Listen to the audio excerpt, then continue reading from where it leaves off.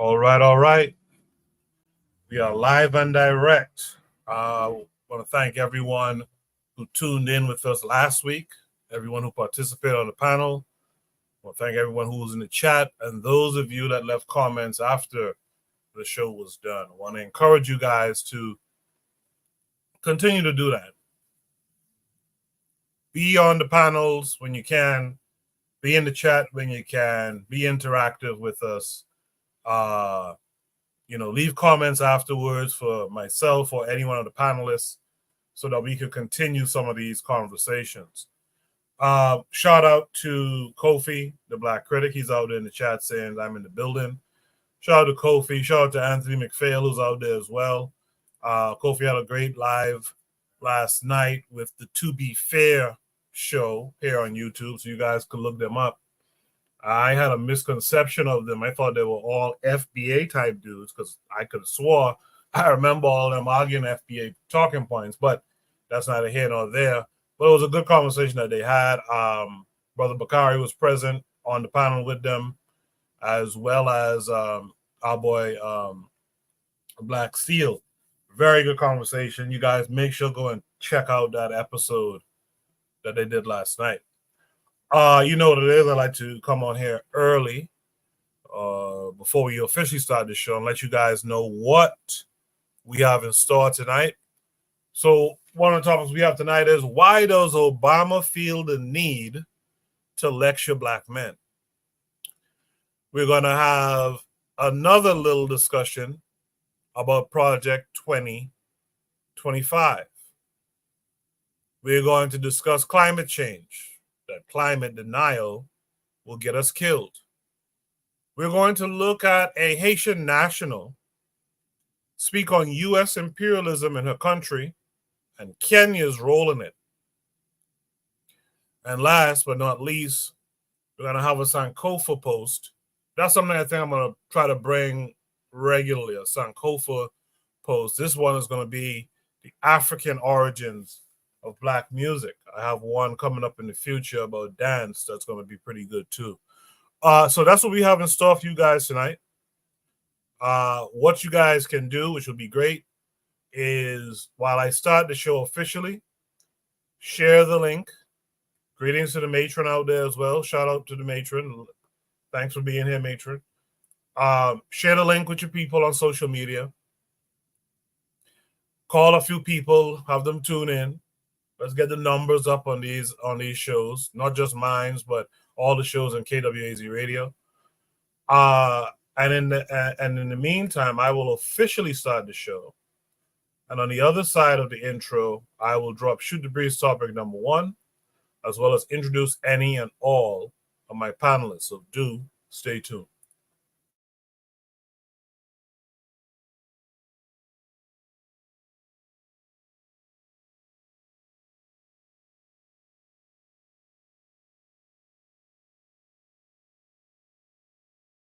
You are listening to the Bitter Medicine Podcast on KWAZ Radio.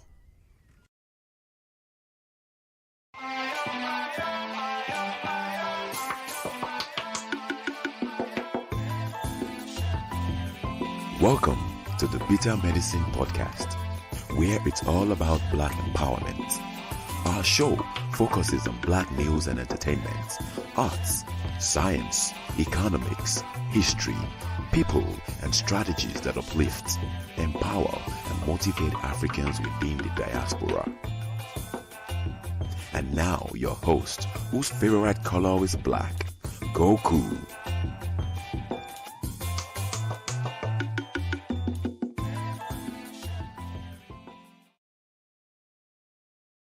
Welcome back to the Bitter Medicine Podcast. I am your host, Koku.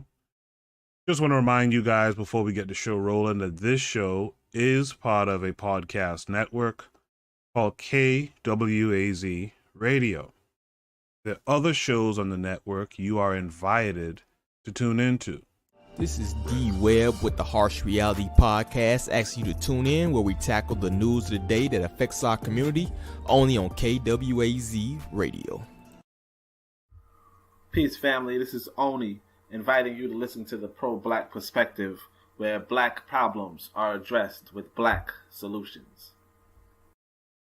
Greetings, fam. Tune in to The Learning Curve with me, the Revolutionary Matron on KWAZ Radio. You are listening to the Bitter Medicine Podcast on KWAZ Radio. Make sure you're also tuned in to the Brother Bakari podcast, the Forecast Radio, Realm in the Bush, and of course, last but not least, Kofi, the Black Critic. Kofi, the Black Critic, is actually with me on the panel. Kofi, how are you this week? I'm doing excellent, Coco. I'm doing excellent. Thank you for helping making yesterday's stream very, very productive. Thank you for that. You are an intricate part of that. I appreciate that. I'm doing good. How are you been?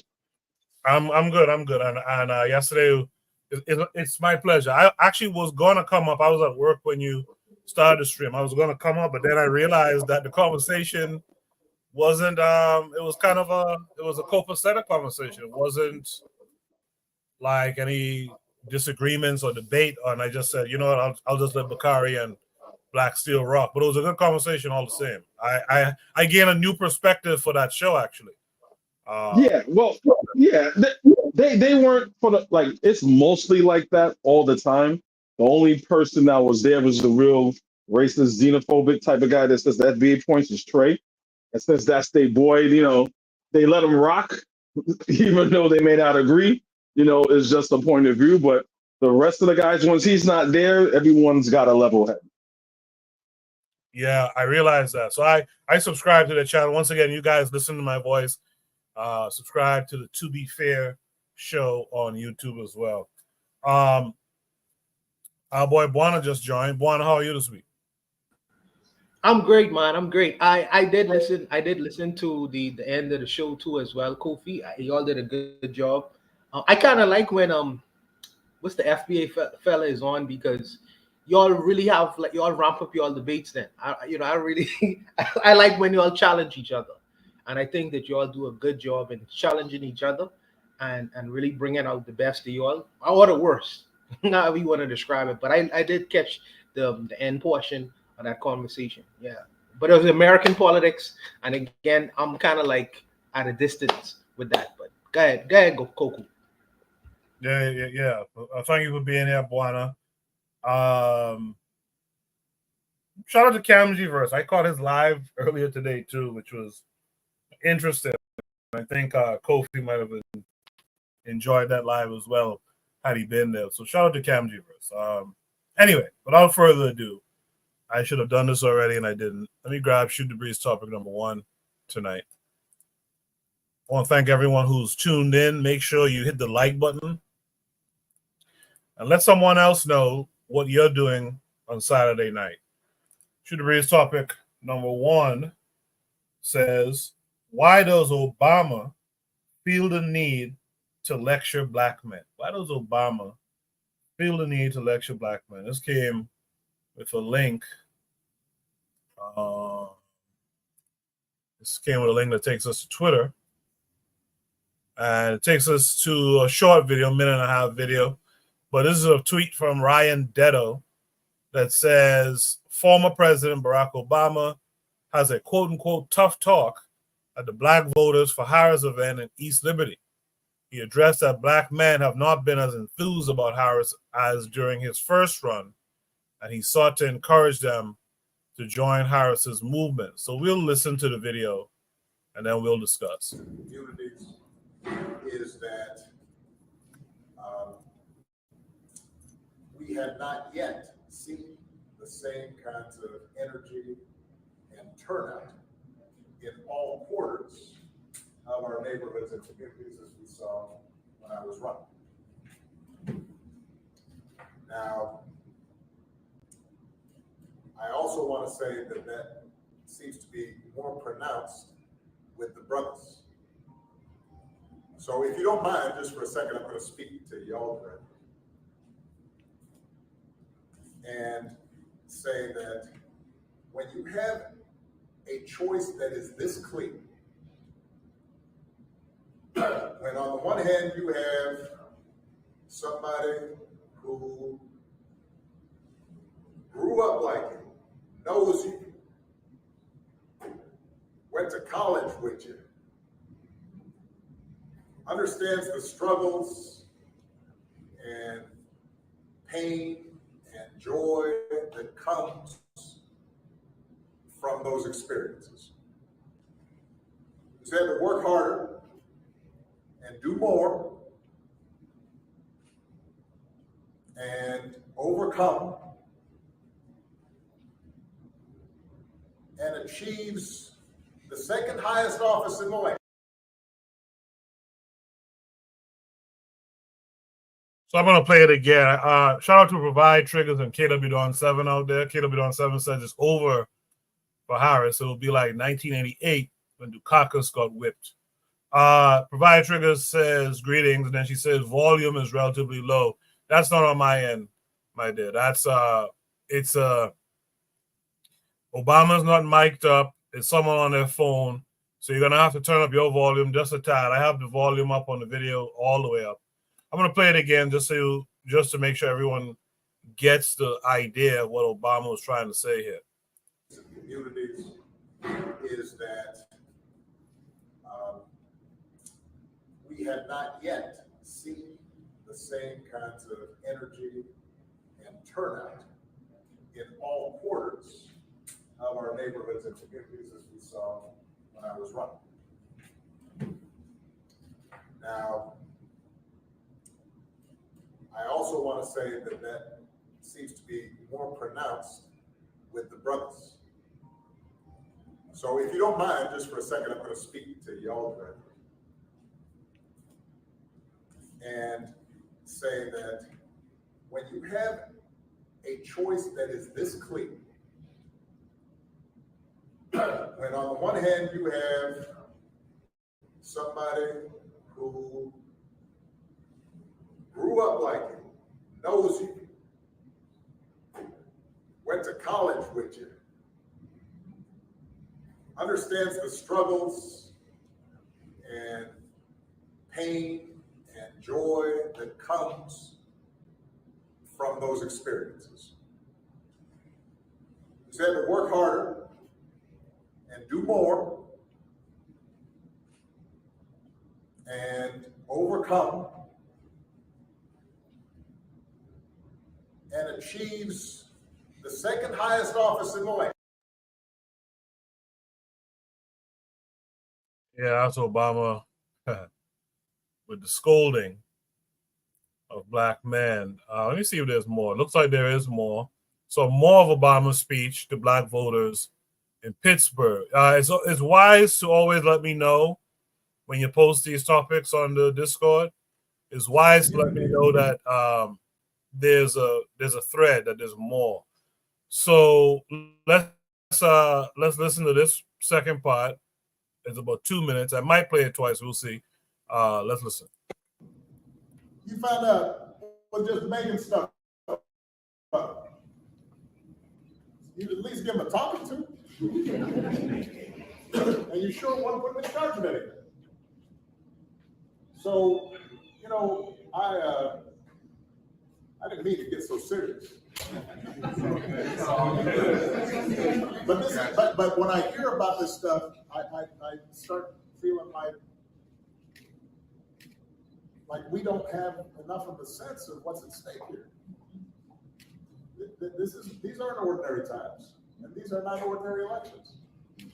You're lucky Michelle's not here. She really talking serious about this stuff. So, but here's the good news, right? The good news is that not only as Attorney General and as a senator and as a vice president and now as the nominee for the Democratic Party, Kamala has made us proud. She has been out there. If you doubt that, I hope y'all watched the debate because that wasn't close. That was like Mike Tyson. Back in the day, you know, it was like, oh man, stop that now. So we know she can do the job, and she's got an outstanding partner in Tim Walz, and so we can take pride and feel good about the nominee. This isn't just a matter of.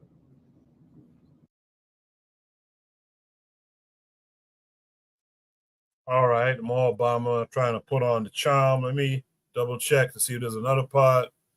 No, there's a full story here. You guys can look that up yourselves. But this is Obama basically scolding black men vote for Kamala Harris, which is interesting. I'm gonna start off with Kofi. Kofi, what are your thoughts here? Why does Obama feel the need to lecture black men? All right. Let me. You can hear me? Yes, sir. Yes, sir. Okay. Let me mention a disclaimer here before I give my take on it. I am not an Obama fan as far as him being extremely beneficial for black people. He walked the fence as far as his blackness and doing things for black people that he did, and I'm not in the camp of the things of small measures that he did as something significant. So I voted for him once, and before he was inaugurated, I regretted it, and I didn't vote for him the second time. So I'm not an Obama fan. So with that being said, I don't see, this is my first time, I've heard of this. This is my first time viewing it with you all. And what I've been getting from everybody is that he did a lot of finger waving and chastising and belittling. And that's not what I heard. That's not what I saw. The first time Obama chastised and belittled black men was the first year he was in office, and it was Father's Day. And he just attacked black men, saying that we need to do this as black men and black fathers. I'm like, whoa, whoa, whoa, whoa, whoa. And I was extremely pissed. Just because your father don't want shit to do with you or you got daddy problems, you're not going to put that on other black people. So to me, I was I was thinking it's something like along those lines, but I'm not seeing that. So I'm trying to, with having a black American ideology of Obama being black, right? I'm speaking towards that. There's a saying, am I my brother's keeper, right? And if black people in America mostly see Obama as black, and you have white people talking about black leaders, and where's the black leaders? The black leaders don't do anything because they got broken homes, and where are the fathers? And where are the leaders? Leaders. Here we are, a black quote unquote leader. He is simply saying appeasing to our humanity as black men, that in America that experience racism day in and day out, you know what I'm saying, internally and externally, right? Say, hey, look, here are your choices, black men, to the black men that are Republicans, not all black men, the black men that are Republicans, right? He's talking to them, which is a very small demographic of people out of black men totally, because we know Democrats, black people mostly vote Democrat. So he's talking about, because there's things buzzing around online that, there's a lot of black men that don't know the Republican Party, yada, yada, yada. He's talking to these black men. And he's trying to appeal to their blackness.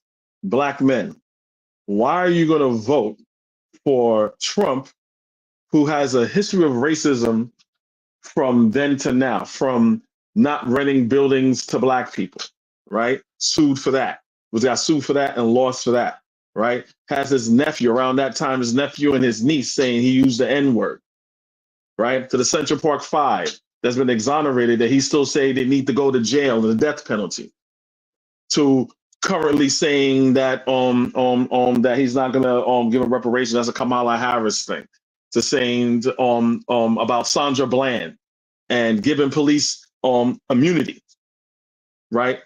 He's appealing to their the hardship and the strides of white supremacy has.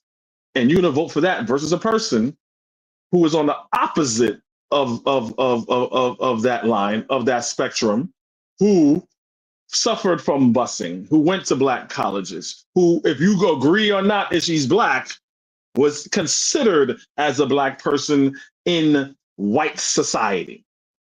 That's how white supremacy works. White supremacy don't divvy up black people like, well, you're Caribbean, you're American, you're Nigerian, you're Bayesian. Yeah. Oh, okay. And we all gonna treat y'all niggas the same. So he is saying to that, what is your alternative? You're voting for the collective, for the betterment of black people in this country, as far as how we're being treated. Why would you vote for someone who is telling you, it's not I'm not being hyperbolic or trying to twist on Trump's words. This is a man that's saying, hey, this is, he has Nick Fuentes to his house, and, Charlottesville, there's good people on both sides. And why would you vote for somebody like that? To me, that is a legitimate question. That's a question that I ask. I necessarily wouldn't see it as him like belittling black men. He wasn't screaming, he wasn't yelling, he wasn't using inflammatory words. I don't think I even hear anything where he was insulting their intelligence. He was appealing to their experience as black Americans historically in this country. And why would you vote someone who is vehemently against your inalienable rights to just succeed and be as a black man? I mean, that's pretty much it for me. So I really didn't see it as him chastising black men. He's campaigning, and to me, he's just stating the obvious, right? And this is my first time in this particular conversation. For people, I'm pretty sure there's other groups and people having these conversations. My question to them is like, why would you be so offended with what he just said? And if you are offended, is what he's saying is wrong? Is what the man's saying wrong? Right? It also reminds me like, okay, he probably went in like Bill Cosby, with pull your pants up in the generation with the pants and the sagging and I thought it was something like that. Even though it's being done, Bill Cosby, he did it was being done in as far as him trying to be helpful. It was done. He was saying in good faith. But yeah, don't air out all our dirty laundry, on a public forum like that.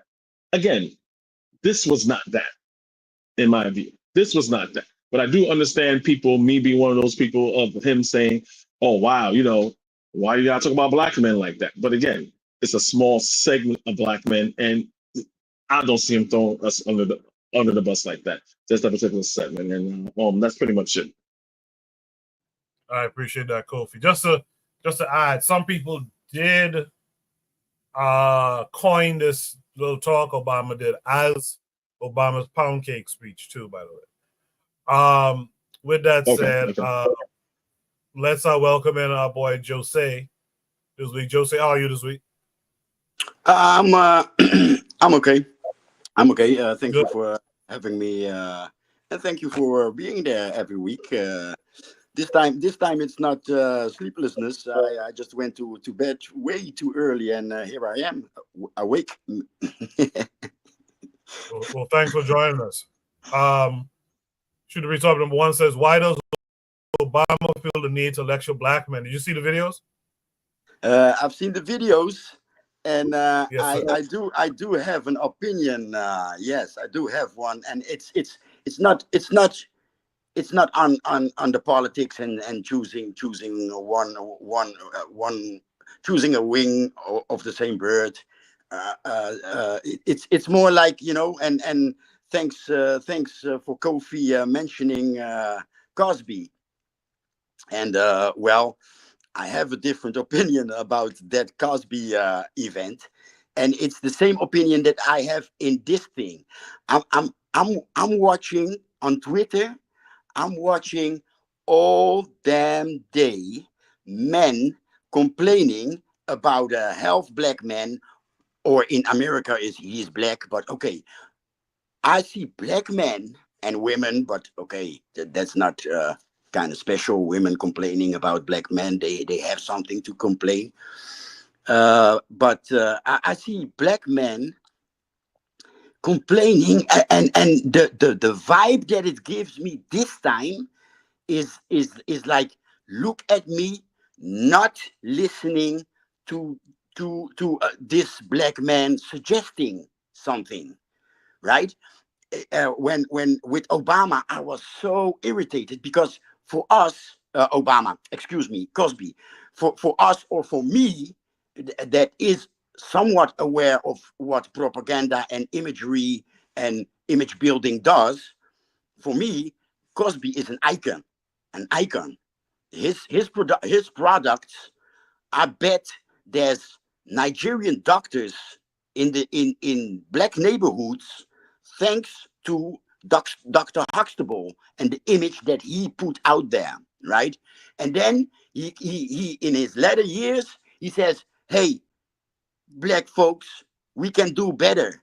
And what happened? Black folks complained as adult as revolting um, adolescents against their daddy, and it just hits me in a certain way. So since that event, and shortly after, it was like giving the our enemies an okay to lynch him, because shortly after he went to jail for fucking hippies while black. I mean, 72, 1972, he fucked girls when he was stoned and kind of drunk in 72. Come on, come on, let's be serious. But anyway, that same reaction, a black man asking us to do better. Okay, this Obama is kind of political, but not completely. If you listen to him, he also asks us to do better, right? So what's the problem with a black man, a father figure, or somebody that can represent a good image of black men, right? I don't care about politics, just the image of this man, right? In my eyes, he's the best president that the United States ever had. So no, not black folks. He is the CEO of the corporate called the United States of America.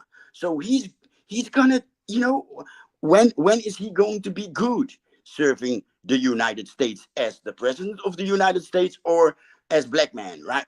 But okay, that aside, here's a black man, a good image, just like Cosby, good image should suggest that we can do better. And what do we do? 3 days, 24/7 on Twitter, and most probably on all the other social media outlets. Here we are showing the world that we're not going to listen to a black man. That's how it arrives on my lap, and it kind of. I hope this sigh says enough. And that's it for now. Thank you. Appreciate that, Jose. Let's Can, welcome can in I our brother respond to Oni. Jose? I'm sorry to cut off, but I just want to come in, Jose on that. I love Yeah, the be point quick. that he made.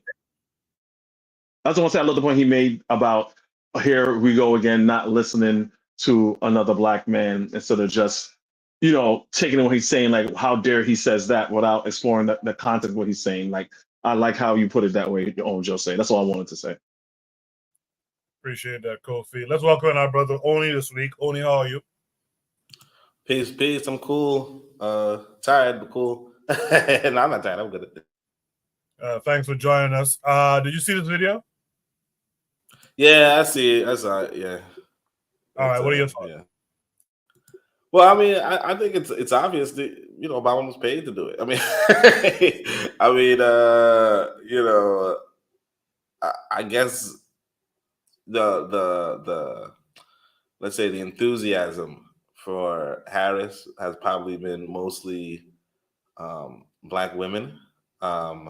Possibly, you have a division among white men, but maybe you don't see the enthusiasm. If you're polling, Like, it depends on who you're polling or how you're polling, but maybe you don't see that enthusiasm. Looks like they're in Pennsylvania.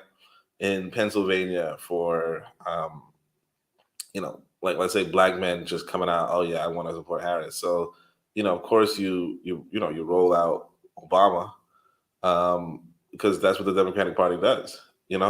Um, I don't know if it's a winning strategy to roll out Obama in this capacity, but they probably said, they probably just, Obama probably got a phone call and said, you know, come out and get some black men to come out and support Harris. Now, obviously, I personally think that most black people are going to vote for Harris and Walz, because black people always do. But it depends on, again, Harris's media team probably sees it differently, and there was also, for Obama's case, when Harris was selected as the nominee, he was one of the high-ranking Democrats who thought, why didn't she go through? Why wasn't she voted? Why didn't we have a primary? So that might be an issue. Now, of course, I think he probably thought, why didn't she have a primary? Not so much because he didn't want her as a candidate, as much as he knew that might have long-term ramifications. But yeah, it just seems like maybe she's not polling well in Pennsylvania. Pennsylvania being, I'm guessing, a swing state, right? And they just rolled out Obama to say, hey, try to get greater black male enthusiasm. Was this the effective method? Probably not. Obama seems like he wants to retire. And also, I mean, I didn't see this full thing. This is the first time I'm seeing this part. I saw another one where Obama was just talking like nonsense. And it might be that he's getting senile too. And we just kind of don't see it. So there's a lot of parts of the the government of America at this point might just be very, very old. And of course, Obama, used to be considered, that young guy, right? And we all saw him age rapidly in the presidency because he is, for lack of a better word, is probably a good president, right? But I think it's just obvious. They paid him, and they said try to get black voters out, try to get black people in Pennsylvania to come, to show their support so that she can win the electoral college here and have a greater chance at winning the election.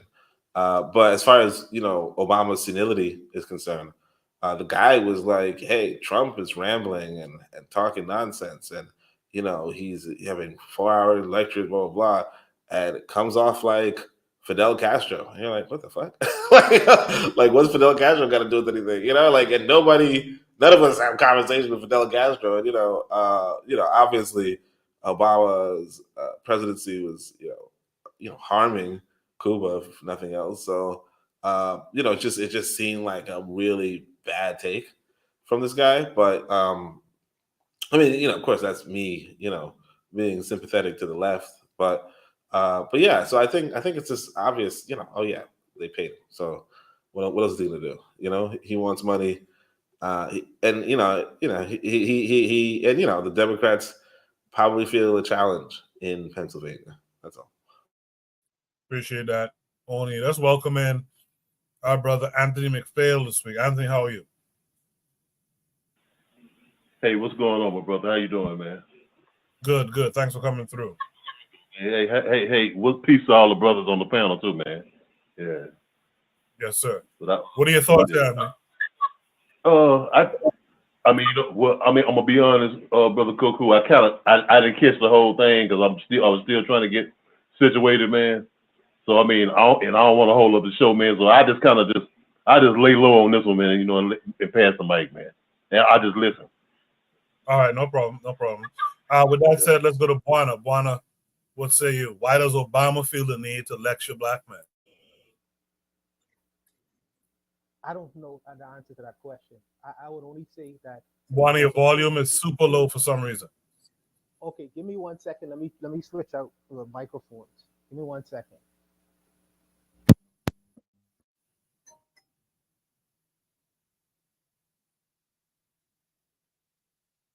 All right. While Buana is doing that, let me read some comments from the chat. Like, I can't stand the silence. KW7 says the best thing Obama can do is go back to one of his multi-million-dollar mansions. 1 2 1 2 Shout 1 2. Shout out to Jigan. Yeah, we can hear you. We can hear you. Just 1 second. Shout out to Jigan. He says, what if Trump wins the popular vote, but Cam or Kamala wins the electoral college vote, and I'm here for the fallout? But Bakari's out there saying peace and black African power. I'm going to say Black Steel comment for just a second. Trigger Happy 262 Plus is out there. He says the political irresponsibility of electoral politics is that the grandstanding and messaging isn't the only issue. This is done every 4 years only. No organizational progress. With that said, let's hear from Buana. Buana, what say you? Yeah. Koku, can you hear me now? Yes, sir. Okay, so I'm looking at this as an outsider. Let me just first and foremost say that I have no dogs in the race. You know, as a political scientist kind of person, I look at it from that perspective. Okay, let me just first put that out there. And the way I see this is Obama doesn't have to lecture anyone.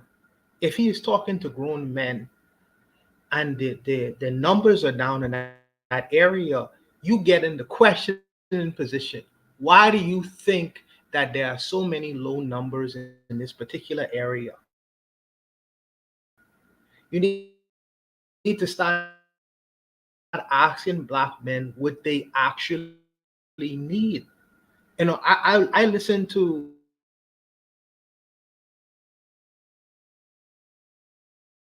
their gripe, it seems to be, is the men say that the Democratic Party doesn't necessarily want to.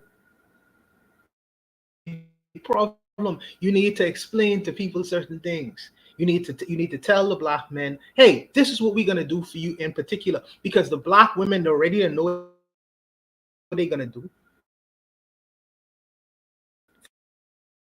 for them. The homosexual community are ready to know what they're gonna do for them. The Jewish community are ready to know what they're gonna do for them specifically. So you can't.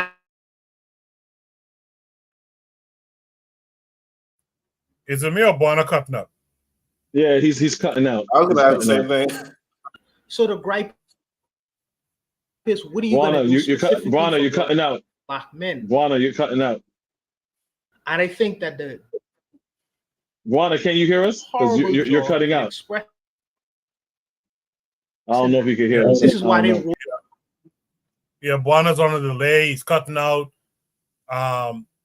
Buana, we're gonna have to come back to you, brother. You should probably go out and come back in because your sound is not good.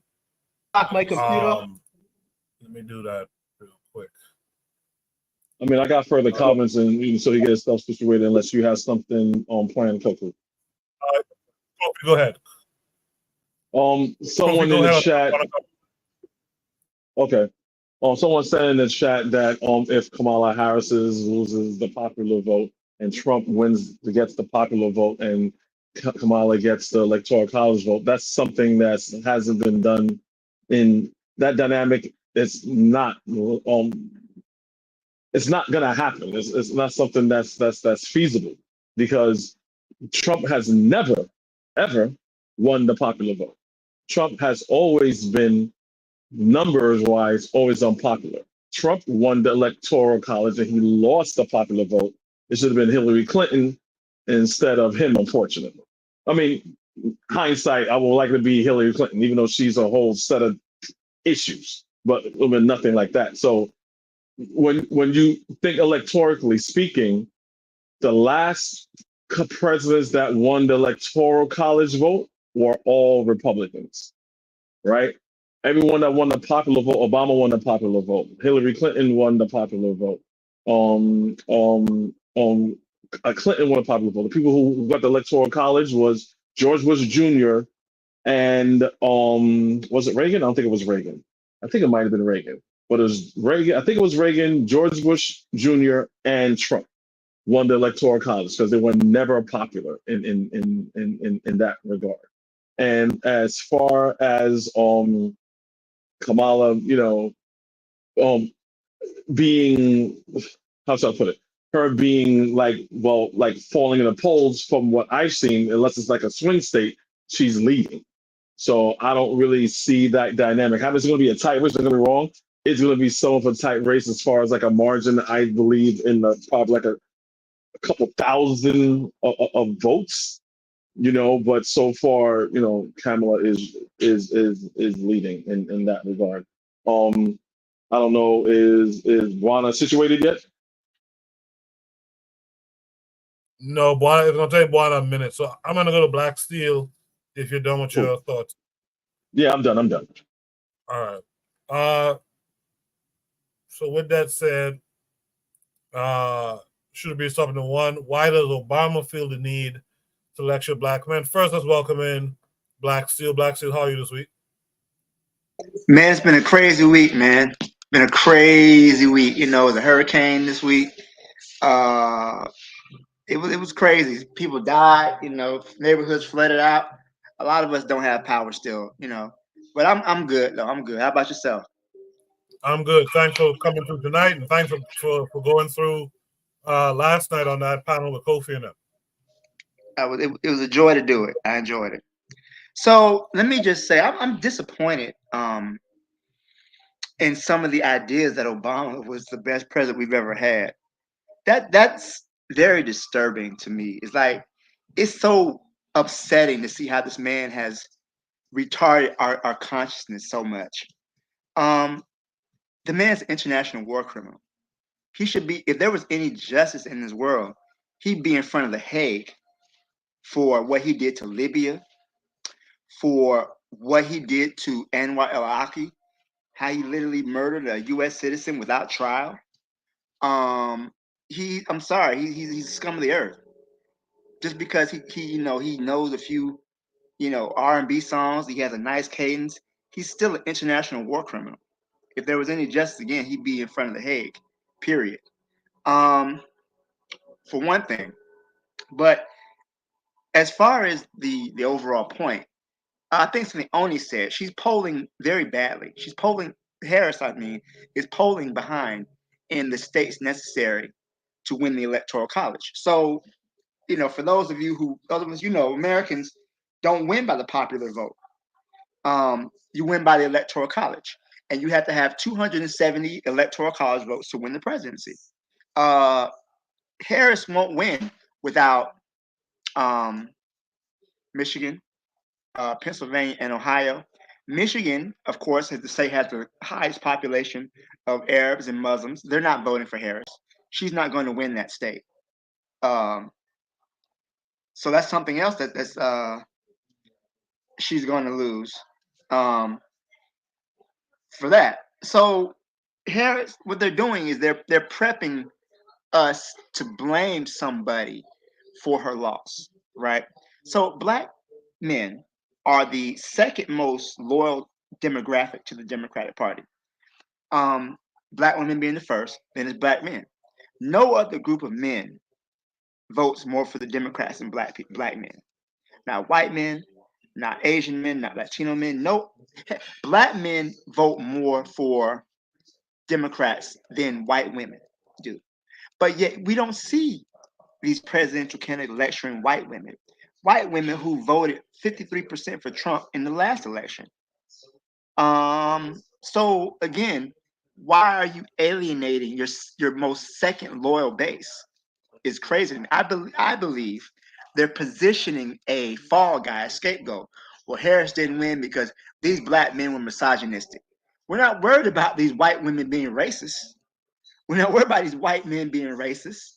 We're worried about the Latinos and these Asians. These Asians don't really vote that much. These Latino voters, that they're not going to vote for Harris. It's so funny to me how you're positioning the whole idea of black men being misogynistic, and we just don't want to see a black woman in office. When black men have support the white woman more than the white women did. When Hillary Clinton ran for president, she had more support from black men than she did from white women. Do we see people going after? Did we hear Hillary Clinton admonishing white women who need to get on and vote for me? No, we don't see that. We don't see that. But yet, at the same time, everything you see is that always black men not voting for. First of all, black people only make up 13% of the population. Black men, what, 6% of all are black men? So even outside of some of the swing states like the Carolinas, like Georgia, we're not really gonna make up much of a difference. But the numbers of black men who are voting for Trump or who are more than likely going to abstain from the election, who are just not gonna vote at all, which I think is more likely than us voting Republican. You're gonna have a situation where a lot of people are just gonna stay home. So there's been several times when the president has the situation where they've lost the popular vote but still won the election. Going back to 1824 with John Quincy Adams. Then you got 1876 Rutherford B. Hayes. Then you got 1888 Grover Cleveland. I'm sorry, Benjamin Harrison. And then you have in 2000 with George Bush lost the electoral. He lost the popular vote but won the electoral college. And finally, in 2016, Trump beat Hillary Clinton by winning the electoral college. And Hillary Clinton beat him by a landslide in the popular vote, by several million votes. And I do believe that we could see another situation like that. Kamala Harris could lose the electoral college and she could win the popular vote. And I do believe that's, especially with the way she's been polling in Michigan, she's going to have an uphill battle.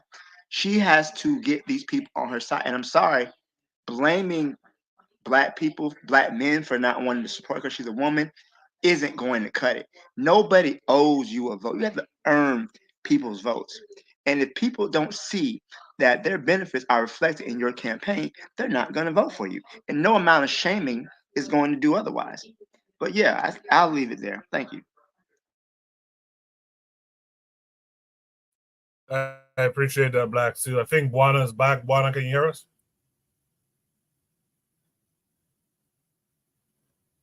Tighten up, Buana. Come on now. I guess Buana's still having problems over there. Does anyone else want to add any last thoughts, I guess, to this prompt? In the chat, Jose said black men are the scapegoat in the black community, let alone in liberal spaces. KW Don 7 said Trump is best battering ram against Western hegemony on planet Earth. I don't know. That's an interesting take. Early he said, Kofi, you are watching too much CNN and MSNBC. Trump is getting a minimum of 300 electoral college votes. So I don't know if you wanted to speak to that or not. Yeah, I would if you finish reading the comments. I agree with that. The sister Frenchie is out there in the chat. Frenchie, welcome to join us. You're here on time this week. You're welcome to join us at any time. Just click the link pinned to the top of the chat, and you can join us. Kofi, go ahead as we wait for Buana to come back. On Black Steel, I'm sorry, I didn't hear what you said. You said something. I agree with Trump winning. He's going to make 270. I do agree with that. Okay. Now, my overall comment was to the initial comment that you said about her, Kamala Harris. I guess the person in that comment may say, like, I guess the scenario of Kamala Harris losing the popular vote. I was speaking towards her winning the popular vote and how Republicans, especially Trump, has never won the popular vote.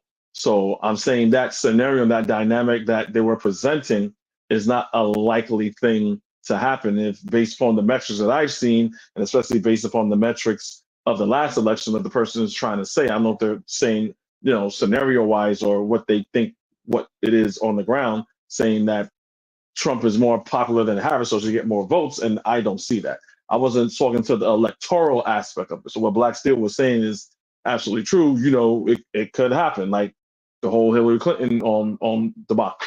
Well, not debacle. She just didn't have enough electoral college votes, but she won the popular vote.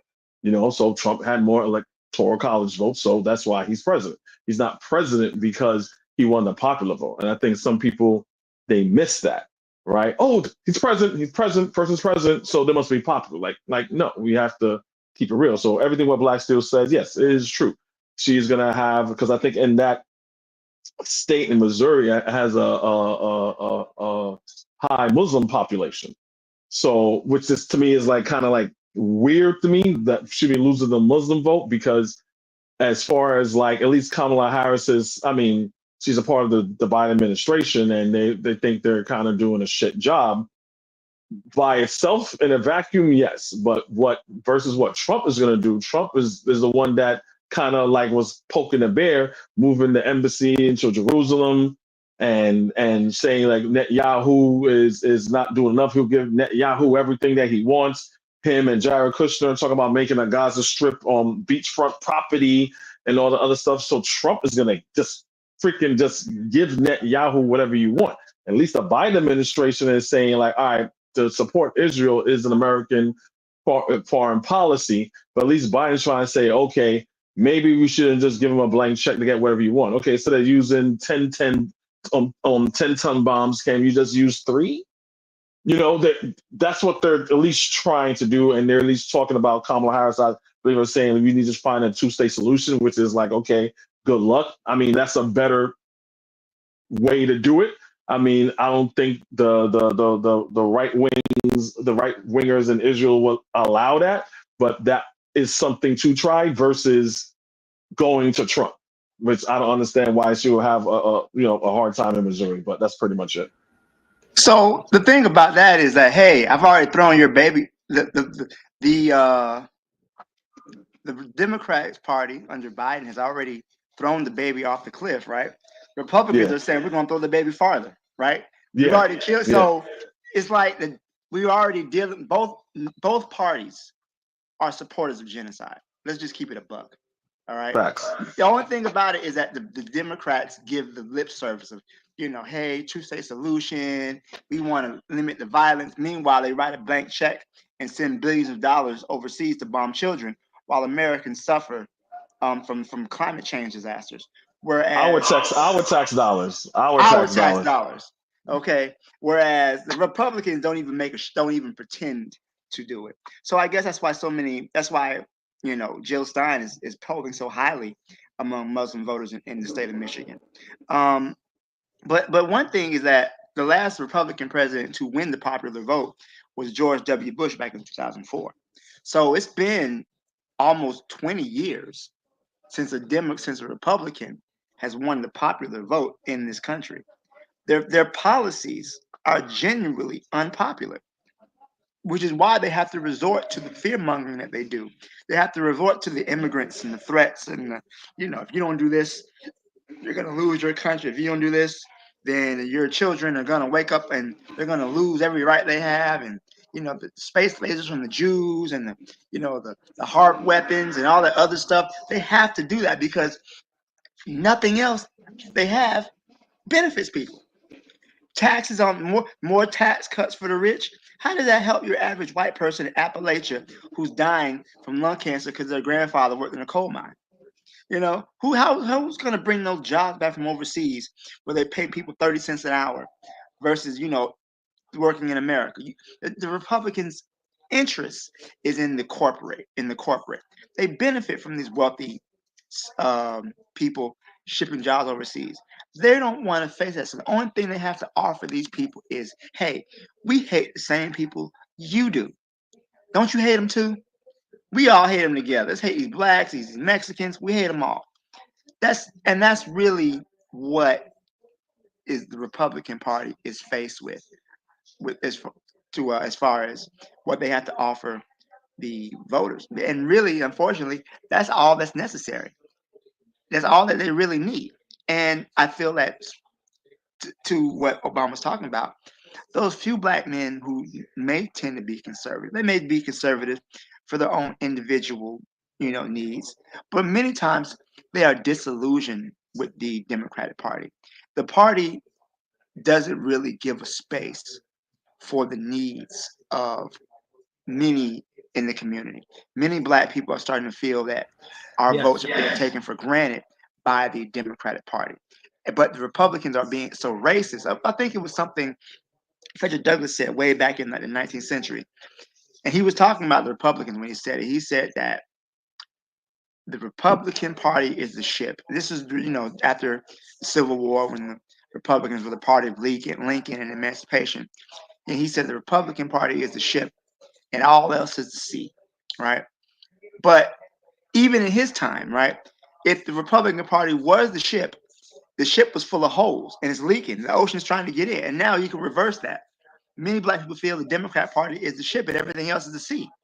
Everything else outside is against us. So all we have is this. But then at the same time, you got people who are on board the ship trying to throw you over. And the ship is full of holes, it's leaking water, and people are struggling. So where does that leave people? Some people rather jump into the ocean and learn how to swim. You have people who are tending to be more conservative. Other people rather just stay home and not vote at all, which I think is going to be the more likely conclusion. Good discussion. Good discussion. KW7 says Harris's path to 270 is more difficult than Trump's. I see Buana's here, but we'll wait till we'll bring Buana in the next Shoot the Breeze topic. In fact, let's go to it now. Shoot the Breeze topic number 2. Shoot the Breeze topic number 2 says, let's have another little discussion about Project 2025. So I'm going to play, it's about 10 minutes. I'm going to play this and then we will discuss it.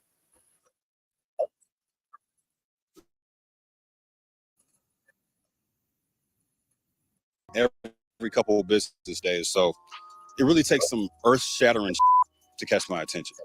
In Springfield, they're eating the dogs, the people that came in. They're eating the cats. They're eating the pets. Y'all might have seen some videos about Project 2025, or maybe you haven't. Maybe it's too complicated for you to pay attention, or you dislike the drama around it. I feel you. Trust me. This one's pretty important, though. Project 2025 is a conservative political strategy designed to make the Elephant Party substantially more effective. I happen to have a pretty intelligent audience, which has been a gift and a challenge, depending on the topic. Most of y'all are probably asking one question after getting things like this in the mail. Is Project 2025 really tied to Trump or no? Project 2025 has an official website. So before we go any further, we should probably check it out. After the first click, it tells us to get the facts. I bet. I'll bite. Then we hit a page claiming to have the truth about Project 2025. And this first paragraph is already full of some inflammatory shit. Who wrote it? That's right below. The site claims this collection of policy suggestions was put together by 100 respected organizations from across the conservative movement. That's vague. Who actually wrote it? After clicking this link, we finally got the full list of contributors. I've already seen some names that concern me based on what I know about them, and Googling Christopher Miller led me directly to this article by CNN that makes it a whole lot easier for us to cut to the chase. 6 of Trump's cabinet secretaries, 4 of Trump's appointed ambassadors, and 130 other people from his administration were involved in drafting this 900-page document. Not to mention the Heritage Foundation, which created this site and took the lead on organizing this effort. They're essentially a right-leaning think tank that issues policy recommendations on a regular basis. I'm sure you could call the author's list circumstantial evidence, and that would be true. If you're determined not to see a connection, you won't see it. Here's some more, though, just to be sure. The Washington Post reported in 2022 that Trump was on a private flight with the Heritage Foundation's organizer on his way to their conference, where he said this. This country is going to hell. The critical job of institutions such as Heritage is to lay the groundwork, and Heritage does such an incredible job at that. This is a great group, and they're going to lay the groundwork and detail plans for exactly what our movement will do and what your movement will do when the American people give us a colossal mandate to save America. And that's coming. That's coming. Still circumstantial? Feeling a little more solid? Yeah, I thought so too. His name is in the document at least 300 times, and the overlap with his stated plans is way too extensive. So let's get into this summary in their own words. The left has spent millions fear-mongering. This is hilarious. That's a perfect definition of everything the right has done since before I was even born. I actually don't think I've ever seen a positive conservative political ad in my life. It's not typically in their playbook. To further that point, look at what comes next. They list several things that either don't have easy solutions, were caused by conservative policies in the first place, or are extremely vague. The goal here is to catch your attention via buzzwords and get you hype enough to think they're going to fight for us, the American people. What's this deep state they refer to here? That has a definition too. A body of people, typically influential members of government agencies or the military, believed to be involved in the secret manipulation or control of government policy. Not only is that fear-mongering to the extreme, it implies that if there is this shadowy cabal of supervillains, that none of them are conservatives. Hilarious, to say the least. Only leftists are elites? Word. Secure the border. The reason this is first on the list is xenophobia. While keeping our borders secure is a very logical goal for any nation, we have to put this into context. We're no longer living in a political environment where there's respectful debate about two politicians' platforms. Nah, it's a catfight. Fox News and conservative politicians have said some pretty inflammatory things about migrants that help us see through the respectable veneer here. A surge of migrants is straining resources in big cities and small. You know this. It's all across the nation. Isabella Diaz from Mother Jones points out some dialogue from David Brogg, organizer of the first National Conservatism Conference that drew out famous conservatives like Missouri Senator John Hawley, Ohio Senator and now Republican vice presidential nominee J.D. Vance, Fox News' Tucker Carlson, and tech billionaire Peter Thiel. Brogg opened his first speech like this. We give no aid to our immigrants when we permit the erosion of the very culture that motivated them to move here in the first place. See what I mean? That sentence pretends to focus on making the country better for illegal immigrants, as if it's their real priority.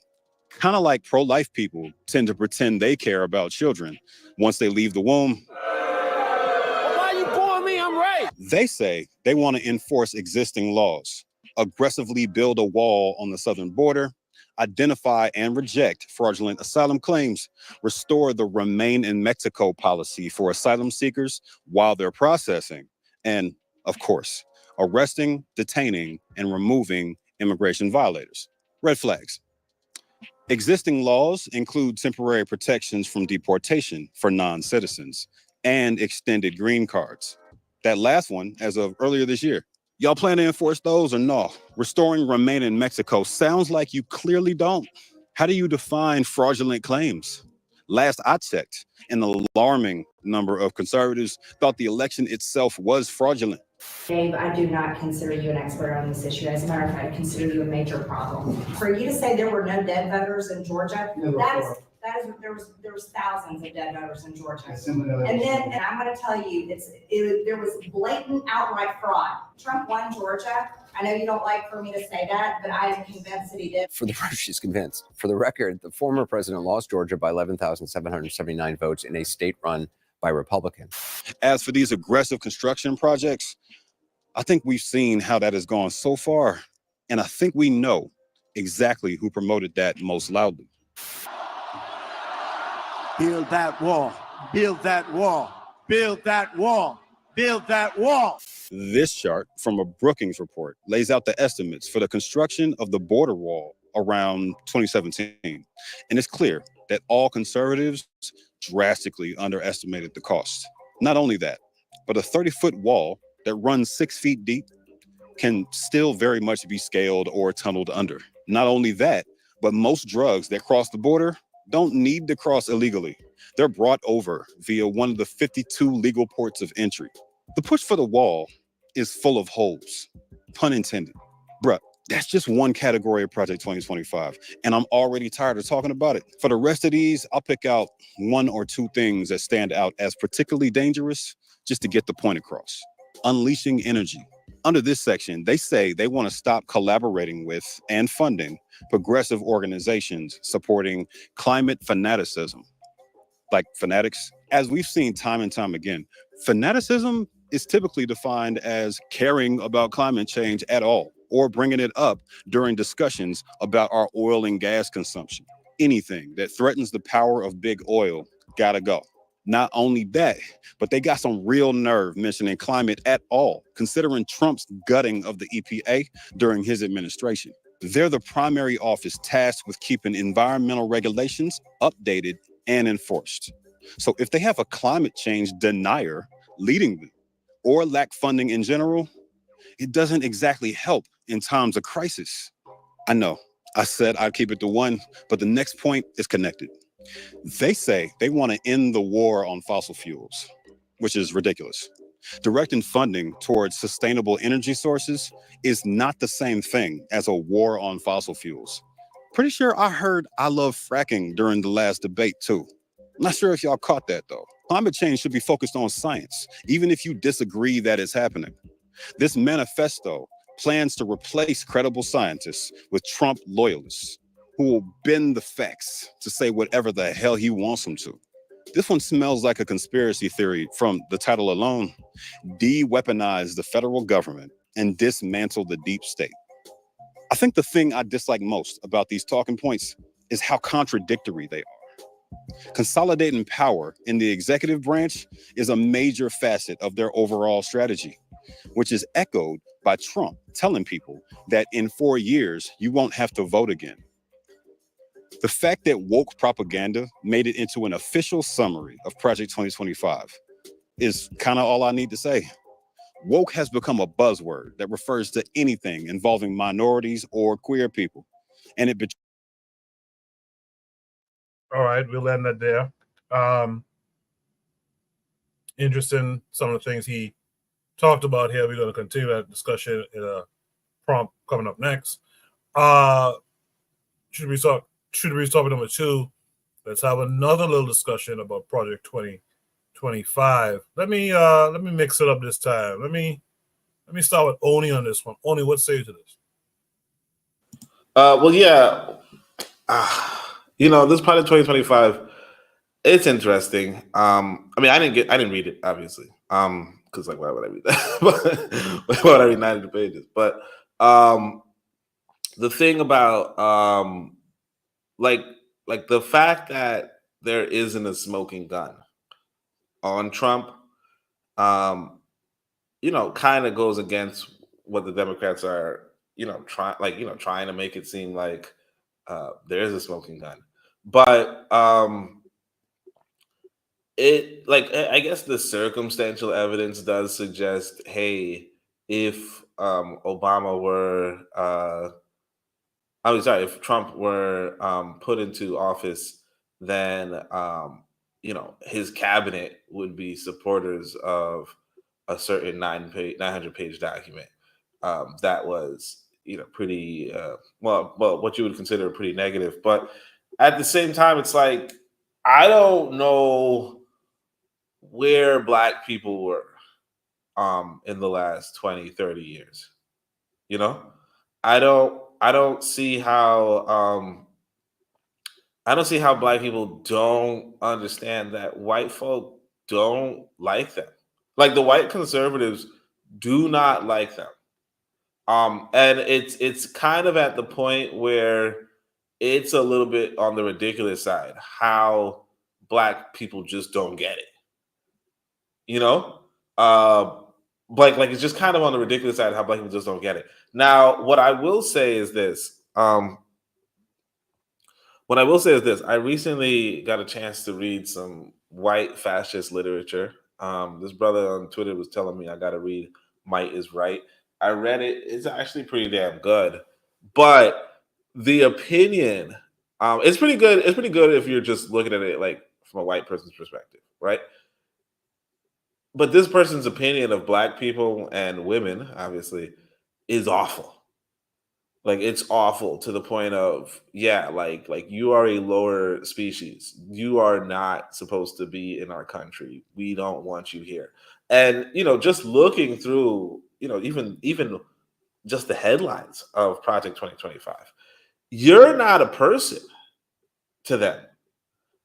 This black man saying, hey, calmly saying, like he will likely like this is a man who we will see on a tree if he's not careful around these white people. Okay, we will see him on a tree, and that's how these white people look at this guy.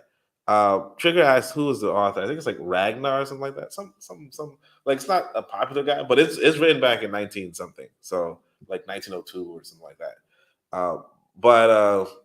And it includes the 14 words, which is kind of surprising because people thought the 14 words was more recent. But anyway, and 14 words, for those who don't know, it's just like white supremacist code. Anyway, so yeah, I mean, I think it's actually like just a little bit like if you kind of get who this Heritage Foundation, who this what this kind of white fascist movement is really about, right? You as a black person, if you feel like the white fascist movement is trying to infiltrate the government, you should be frightened.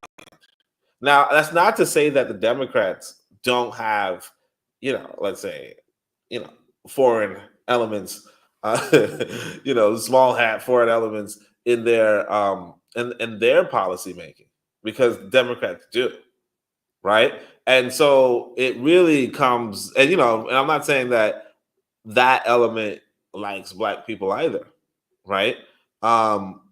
So it really kind of comes down to you're in a really shitty position if you're a black person, and I guess I'll just say a black person in America.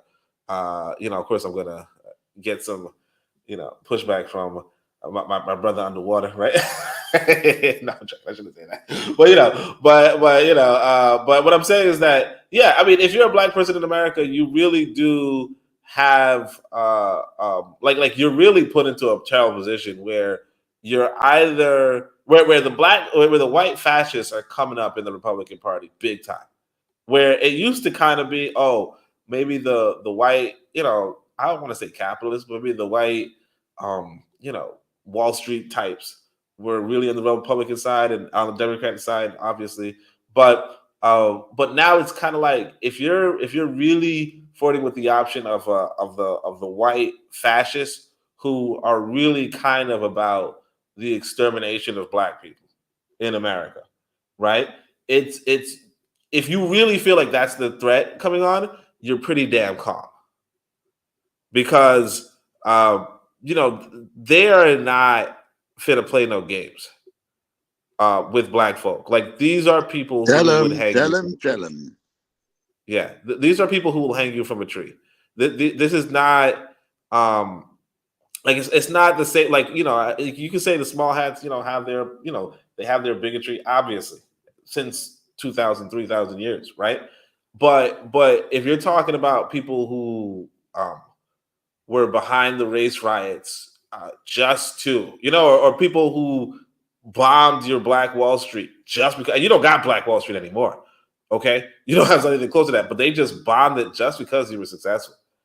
Yeah, if that's who if you seriously believe that is the threat of government, of national executive power in your country, then you're pretty damn calm. Because you know, like I said, I just read through their literature. You're subhuman, and according to them, because you're weak and because you're subhuman, you should be subjugated. Not that you might be subjugated, you should be subjugated. Nature demands it. So yeah, so good luck. If you seriously believe that this is the circumstance ahead, then like you're insane. Like there's something like you just missed the memo. You weren't paying attention. And you know, good luck. Because I'm gonna be an African. You know what I'm saying? I ain't gonna see no damn white boys. Appreciate that. Oh yeah, I think That's what you think. By the way, for those who don't know, the 14 words are: we must secure the existence of our people and a future for white children. Those are the 14 words. With that said, let's hear from Jose next. Jose, what say you? Yeah, there's a lot of deception because I was I don't know if it's an English language expression, but I was on the wrong leg. They had me on the wrong leg, so I was kind of like, you know, with this discussion between my ears. In the discussion between my ears, I thought they were setting up Trump and you know, shoving this project into his shoes. Another expression that I don't know if it's used in English, but anyway, I hope you can follow me. But apparently, it belongs to him, and not only a cabal behind him. You know, I look at people like Trump and Hitler. I don't see them similar in what they want. No, the similarity that I see is Hitler was lost in his ego and his speed vaccines, and Trump is lost in his ego, and both have no idea what type of monsters are surrounding them.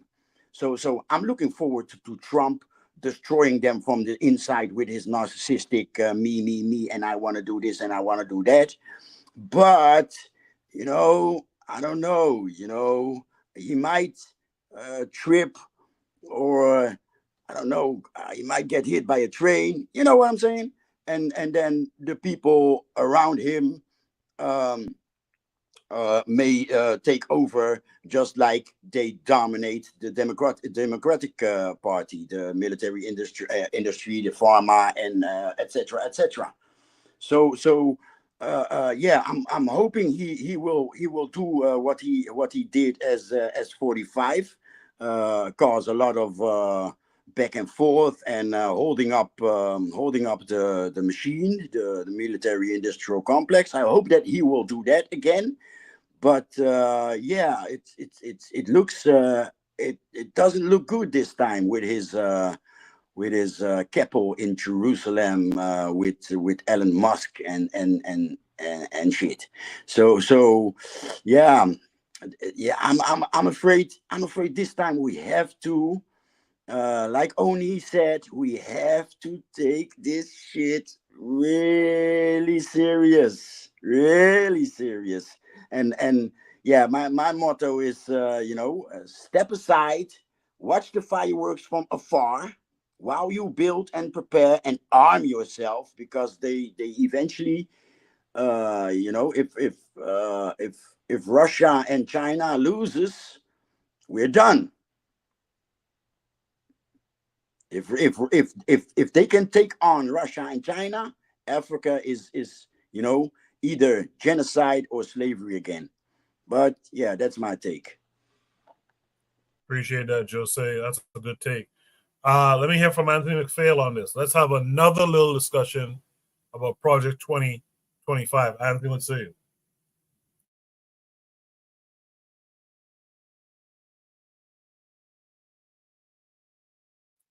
Anthony, you're muted if you're talking.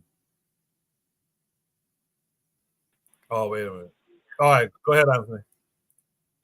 Hey, can you hear me, Coco? Yes, sir. Yes, sir. Yeah. Yeah. I'm just okay. This one, I'm gonna go from this angle right here. Okay, I like what both of the brothers just. I agree with some of what both of the brothers just said, man. What Oni said and what our brother Jose just said. But I'm like, I want us to be mindful that this is not this. Okay, this project 2025 thing and these think tanks like they brought up the Heritage Foundation. I mean, I remember when I think it was somewhere in the early '80s. In the early '80s, I think when the first time that I remember hearing about the Heritage Foundation. They had what's that white girl name is, or Ariana Huffington or something like that. I think it was Ariana Huffington.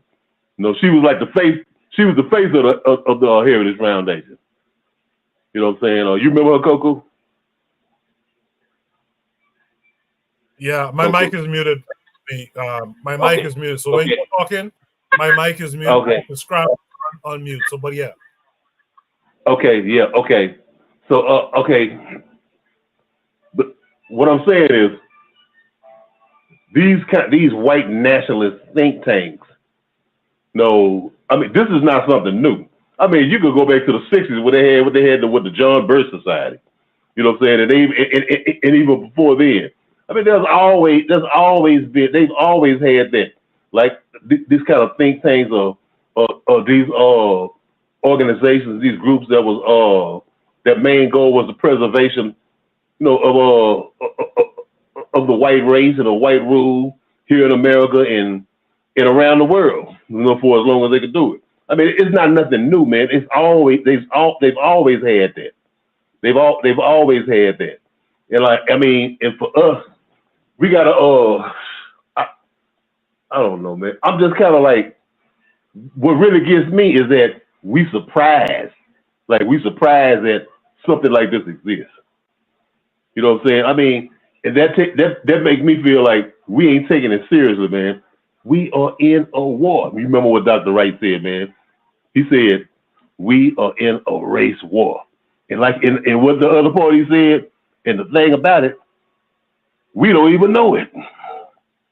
You know what I'm saying? We don't even know it. Talking about us as black people, as African people, all over the world. We don't even know it.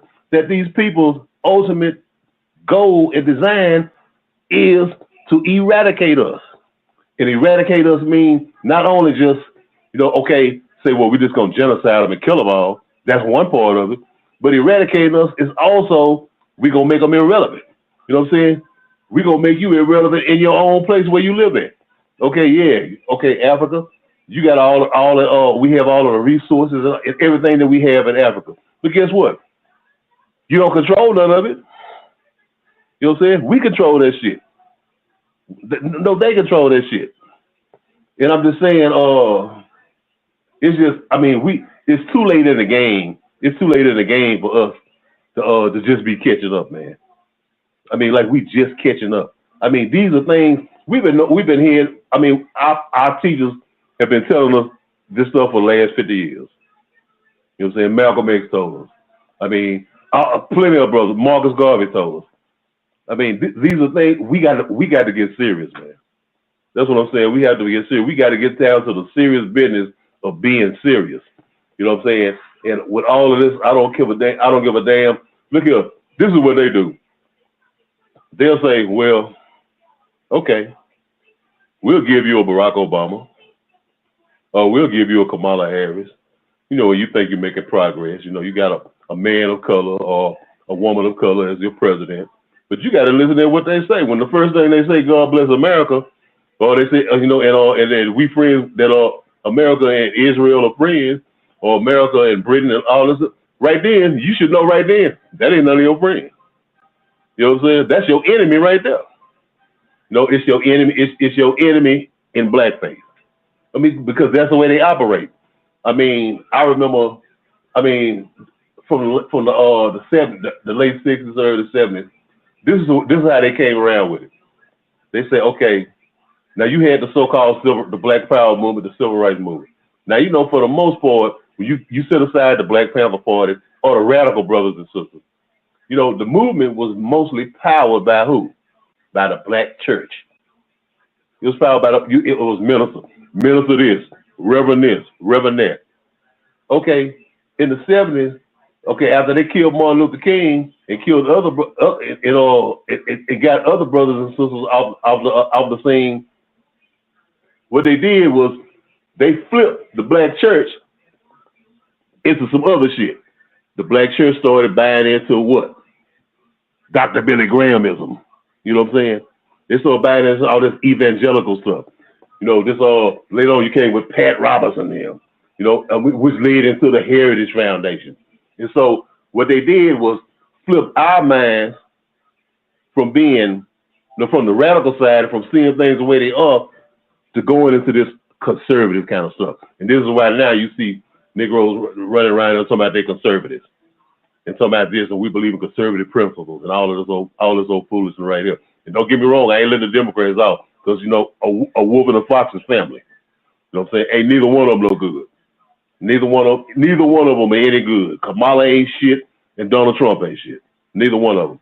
But I'm saying, we got the only solution that we have for ourselves as black people and as African people everywhere is we have to go for ourselves. We got to do it for ourselves. I understand what Brother Jose was saying. If they defeat China and Russia, we through. I understand that part, the sentiment where he's coming from, but I can't agree with that. Because you know what? If the Chinese is a man and the Russian is a man, and they can do for themselves, we as black men and black women, why we can't do for our damn selves? You know what I'm saying? So we need somebody else to protect us. Man, look here. We men and women. We're not little children. You know, like Bakara say, we're not the children of the world. We got to stand up. Our biggest thing is we got to get together. And we got to put the bullshit aside and come together. That's what we got to do, come together. But we got to wake up because it's too late in the goddamn day for us not to see it. We see shit. I think we cowards, man. I think we cowards. Because we see this shit going on. We see what's going around. We know what's going around in the world. But we want to lay there and don't want to fight and put the effort, put in the effort to fight for ourselves and fight for our people, fight for our children, and we want to delegate this shit to somebody else. But I don't want to go on too long, man. I'll knock off right there. Yeah, it seems, and thank you for that, Anthony. It seems Cheryl agreed with you. I was trying to find her earlier comment, but let me just give a shout out to Cheryl for being here, TAC Crew, Tori for being here, and Daily Affirmations by Pauline for all being here. Cheryl earlier said, I don't deny that Project 2025 subjugates blacks, but is Project 2025 really any different from the things that white America has been doing for the past 400 years? I don't see any differences, she says. So I like that comment there. Keep the comments rolling. You guys are doing well with the comments in the chat. I'll try to read them on air if I can. With that said, let's hear from Kofi for this topic here. Let's have another little discussion about Project 2025. Kofi, what say you? I'm going to respond to the last comment that you have, and I find this is very pervasive among the black electorate. When you provide them with information, is like, it's frustrating when they say things like that. I understand where they're saying it, but it is like, I don't know if they have blinders on or they have selective amnesia. We know what initial threats are to us, right? We know that white supremacy is an issue, and just in our daily lives, right? As far as our initial threat when it comes to like policing, right? When she says, well, hey, white supremacy has been doing this whole time, what's the difference? The difference is the last time something like this was to be done, the rights that we had, the little rights that we have that I feel some of us take for granted, which we need a whole lot more moving forward. White supremacy at one time during the Reconstruction period, you couldn't vote, right? You couldn't vote. You didn't have a say politically, right? You couldn't pretty much be a free person. You were a third class citizen. I say third class citizen because the first citizen was the white straight male, then the white woman, then you and a Native American and who else. So us. So to say, well, when have they not done that? Yeah, they've done that since Reconstruction, and Project 2025 is going to take those things away from you. So my question to that person saying that is, when has there been a time in American history since Reconstruction, since the Civil Rights era, where there's been a concentrated effort to take those things? I mean, they always try to chip away at it, but when has there been a concentrated effort on the federal level as far as the president to say, well, I'm going to implement all these things to take us back to the 1930s? And as a woman saying, well, we're going to repeal, roll back Roe v. Wade, where a woman doesn't have a choice in having an abortion and have fully autonomy of her body. So I'm glad you read that statement, because that's what's going on. Everything has been like, hey, it's not going to happen here. Hey, what's the big deal? Who said we haven't? It's like, again, I don't know if we have this selective amnesia, or I'm a firm believer, anything that you have to fight to get, you have to fight to keep. Civil rights wasn't given to you. The right to vote wasn't given to you. Right? For you to walk and go where you want without saying, hey, nigga, what you doing over there, was not given to you.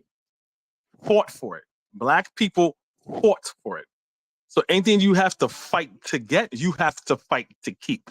So this, I guess, benign neglect of how we got here, or is no big deal, I really don't get. But in the video that you showed in Project 25, in the conversation that we had yesterday, I mean, some people will say, oh, you're fear mongering. And I'm like, how is it fear mongering? In the chat there, as well as you guys, were very good, saying, how is this fear mongering?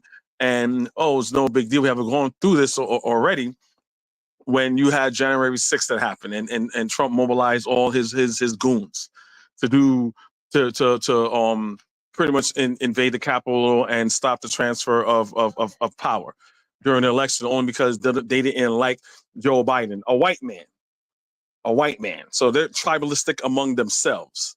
And one thing, when I was looking at January 6th hearing, that I never forget, what just reinforces my view of these people, is they had a Capitol Police there, and it was a black Capitol Police, and he's trying to not keep him from not coming further, going into the chambers. And I'll spare you the whole story back and forth. And eventually they called him a nigger. They're like, oh, this nigger this nigger that, this nigger this nigger that. All of a sudden, Blue Lives Matter don't mean shit. That badge that he has don't mean shit. You know what I'm saying? So they didn't attack him as a police officer not wanting to let him in. They attacked him as a black man. They attack him as a black man. And that's what we need to realize. So Trump saying, the thing about Project 25 also that people didn't catch, when people posted to him and say, hey, what about Project 25? I don't know anything about it. People keep telling me this Project 25 stuff. I mean, I guess there's good things about it that I like, that's good, but I don't know anything about it. He just totally just manipulated himself. You know what I'm saying? I'm like, wait, that's just total hypocrisy. You say you don't know anything about it, but some of the stuff you say in there, your guess is okay. This man knows about it. And I think it was Oni that said, well, hey, look, Trump is pretty much, it's like benign neglect. Look, you can't link this stuff to me. I don't know anything about it. But as the video state there, the breadcrumbs is leading to him. How are you surrounded yourself with all these people that's a part of your administration, that's a part of your cabinet, and they're all on board with this, and you don't know nothing about it? It just doesn't add up, doesn't make any sense, right? So I find that double talk that he was doing was very interesting. I don't know if you guys remember Trump doing that. So there's, again, my only issue with this, and I forgot the last speaker who spoke. Pretty much, I agree with what they said. I think it was Jose. He was like, stand back, wait for the fireworks, but in the meantime, be ready, get ready. People that are just saying, hey, it's no big deal, you're fear mongering, ignore the fact that he wants, he has no problem with his white insurrectionists, but black people just protesting for being slaughtered in the streets, he wanted them shot. Right? And the people that were there, The only reason why they're not seeing people like that understand what they're saying what they're saying. The only reason it's not a big fallout like that, because during that time, Trump just figured like, hey, okay, you're Republican, I'm a Republican, so hey, we're all on board, right? So if I tell you to do something or not to do something, you got to be with me, right? No, and we all know, and we all seen Trump firing people leaving, right? You have his Attorney General William Barr. Like how many Attorney Generals he been through? Three. One he fired. One yeah. One I think one yeah. Two he fired, and the other one was there, and the other one was like he's an idiot. Like people in his cabinet is telling you like he is not fit for president. And the only person that was there that didn't allow that to happen with the Black Lives Matter protest, that he says, no, sir, you can't do that. So you get someone like a J.D. Vance in there that's going to be the vice president, and he's going to put loyalists in there. That shit is going to happen. And then y'all going to look stupid trying to, it's like, oh, wow, I didn't know. What we're trying to let you know. Not even we, they are letting you know what we're going to do. So Anthony says something, and I think Bakari says something like, "Why?" It sounds like we're scared. I think we're scared, and I'll just leave it at that. Well said, Kofi. Well stated. I like the energy, and I gotta say, I like the energy in the chat. Which reminds me, I can't get to all the messages in the chat. So for those of you who are listening to the playback, and in fact, sometimes maybe some of you are seeing impaired and you're just listening to the audio. There's a lot of good conversation that happen in the chat. I try to read as many of the comments as I can, but for those of you who can actually tune in and read the chat, make sure to read the chat and follow along with those conversations in the chat. Speaking of which, Cheryl said, Black people fought for integration. Where has that gotten us? Maybe it made sense back then. It makes no sense now. I don't want to live in white neighborhoods. Some of our ancestors did. She goes on to say, on the abortion thing, as a woman, I don't agree with it because they want us to abort our children. That's not progress, brother. She goes on to say, you can't build a Black nation in someone else's nation. I'm sorry, the civil rights Negroes are holding Black people back.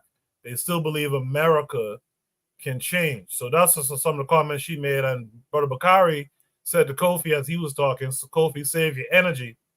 These Black people is afraid of a rich white boy. They are showing their slave mind, wanting Trump to win. Now, I'm pretty sure Bakari is not talking about those of us here, but some of y'all listening might be on this Trump wagon. Sounds like scared Negro to me. All right. With that said, let's go to our brother Black Steel. Black Steel, what say you? Well, this is an interesting conversation. Hold on one second. All right. So this is an interesting conversation. I want to keep it focused on what Project 2025 is saying, because Oni said something about, mentioned about this country already being fascist. And if you read George Jackson, when he said blood in my eye, when he wrote blood in my eye, he said that the fascism is already here.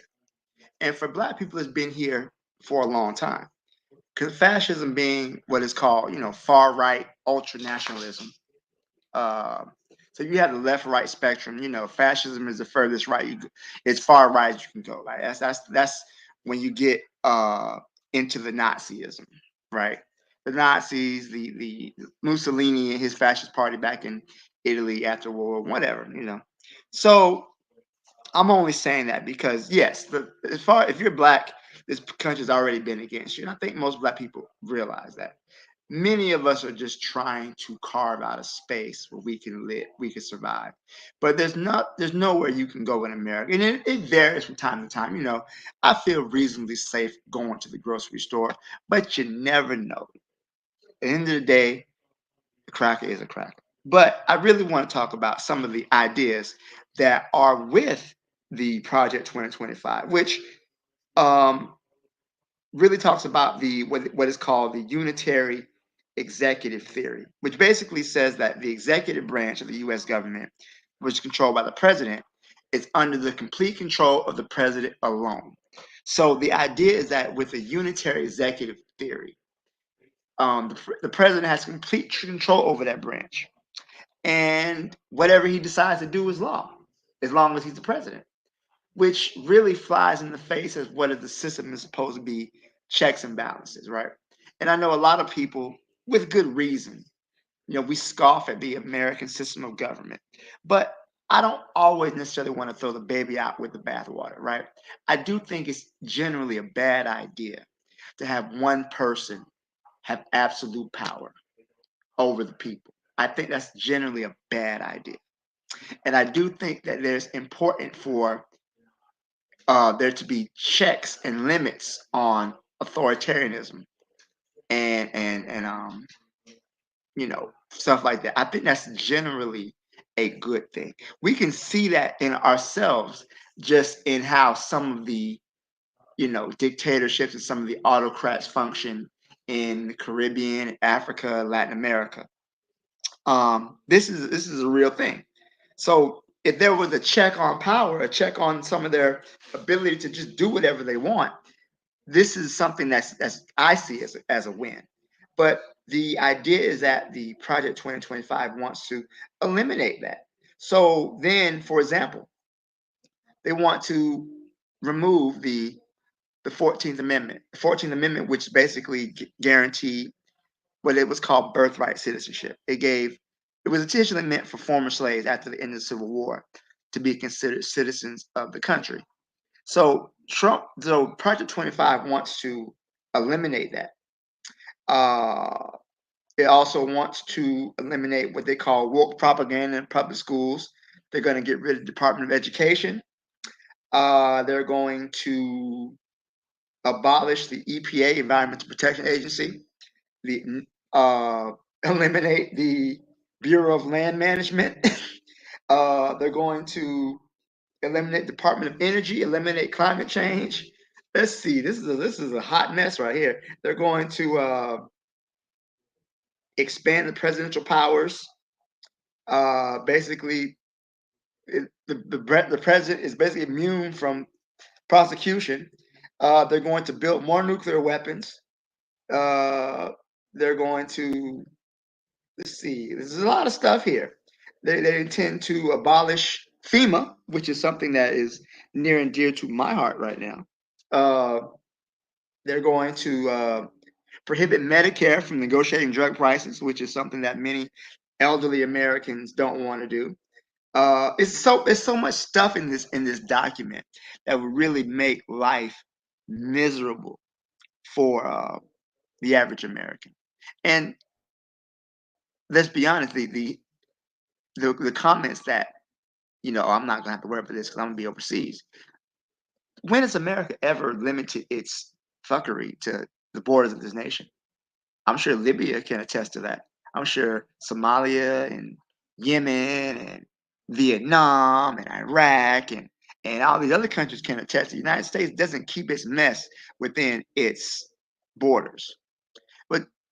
But overall, I'm just saying that this project is basically the elimination of the checks and balances that were put in place for this country, which there's a large contingent of people who are what you would call Christian nationalists who believe America is a Christian country, even though it's not. But they want to believe it's founded on certain Judeo-Christian principles, whatever. They don't really care about what the Constitution says because in the day, the Bible is more powerful than than what is being said in the Constitution. According to them, they don't really care about the ideals of democracy. And you know what? That's something that they have to do. And I would say that many of the ideas that are already in place, that they're already starting to make those moves.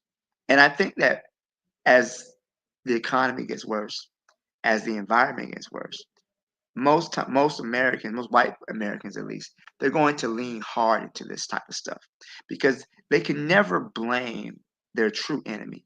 They're always going to have a scapegoat. First it was the Mexicans, then it's the illegals, then it's the gay people, then it's just everything that they, They want to blame everything else for their suffering. Even now, people talking about, oh, they're controlling the weather. That's why there's so many storms, and that's why they're so more powerful. When the idea that this is already happening in front of your face is just ridiculous. They definitely want to, even with healthcare, again, they want to give a Medicaid, eliminate abortion. They've already repealed Roe versus Wade. They sent it back to the states, and now they've made it even more draconian to the point where if you get raped, you can't get an abortion. If you incest, you can't get an abortion. If you're just, you're cooked, as the kids would say. You're gonna have that baby regardless. They make it so the way you can't even go to another state. So if you get raped in Texas and you go to New Jersey to get an abortion, they'll sit up here and they'll try to prosecute you for that. Women have died already. There's women who've already died because they weren't able to get an abortion that would have saved their life. So we are already dealing with this situation now. It's not something that's in the future. It's already happening. But I do believe under Trump presidency, it's going to get worse. But then at the same time, voting for the lesser evil in this country, what has it gotten us? We get the Democrats have moved further and further to the right. So the idea is that we can vote for them and yet they'll do the right thing because they're in office. Many times they work together in collusion with the Republicans. I don't see any. I see very little outcry when it comes to arming the military. I see even the Congressional Black Caucus, who used to be very much against imperialism, are some of its staunch supporters now. So this continuing voting for the lesser evil, we keep voting. At the end of the day, it's still evil. So now here we are voting for a party. We have to consider both. We have a situation where both parties are supporting genocide. What are we doing here? So Project 2025 is definitely a threat, and I'm not going to ignore that threat that it is. But I think the problem is not so much just Project 2025, but the duopoly, the American system itself is a threat to really all life on Earth. Let's just not even consider just Black people. Just consider the entire planet. I think there's going to come a time where there was a threat before, where the powers of the world had to coalesce and convene on what they thought was an enemy, something that was a threat to the entire planet. And I do believe that time will come sooner again rather than later. I'll leave it there. Thanks. Appreciate it, Black Steel. Let's check in with Buana. Let's see if Buana's sound is good. Buana, are you there? Can you hear me? You're cracking up a little bit. Talk again. I do. Can you hear me? Now you're cracking up. You're cracking up. All right. So what I can do tonight is I'll listen, and hopefully the weather is better because that's all I can do. So I can just listen and just comment in the chat section, I guess, tonight. All right. Buana comment chat section. His connection is not great. Does anyone else here have any last thoughts on this prompt? Yes, sir. Go ahead.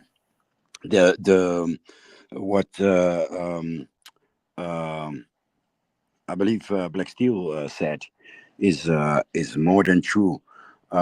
This one politics is white worldwide. So everywhere the policy is immigrants, right? And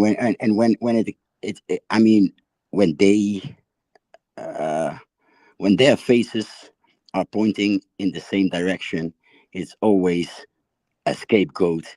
We're gonna slaughter the scapegoat, and in the process, every tentacle of the military-industrial complex wins, right? The construction companies, people that have been planning 50, 100 years ahead in logistics and all kinds of stuff.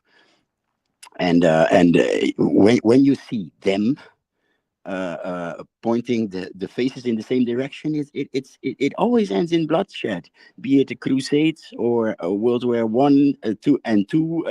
And in my opinion, those two wars were to facilitate the combustion engine on wheels. um, and further industrialization. So yeah, now we have to switch from the combustion engine to lithium, and the previous systems need to be cleaned up, and they need turmoil, they need war to deconstruct, destroy, and really rebuild again. Somebody is going to get mushed in the gears. And the previous time it were supposedly the Jews. I don't know, the images that I see from these camps. I believe those are the mentally ill and etc. By the zombie way that they walk around. So I don't know who these Jews were that they eliminated, but by the looks of it, those that fake it today may have been the ones that committed it the previous time. So who's next? Who is going to, everybody? Us black folks are everybody's scapegoat. Even I posted something a few last week. I posted something, and I noticed that in Polish anti-Russian propaganda, the Russians look black, thick lips, broad nose, kind of a grayish tint, but to me they look like us, right? Like their cartoons about us. And I'm like, of course it's going to be us. Everywhere where we are in their countries, it's going to be us that they are going to. I mean, today they call it Haitians, tomorrow they call it Africans, the next day they call it African immigrants. It's always us. So my suggestion is that you start packing. At least start packing. Make connections, network with people elsewhere in a dominantly black country, or where you think that you're far enough from the fireworks, because in my eyes, the fireworks are guaranteed.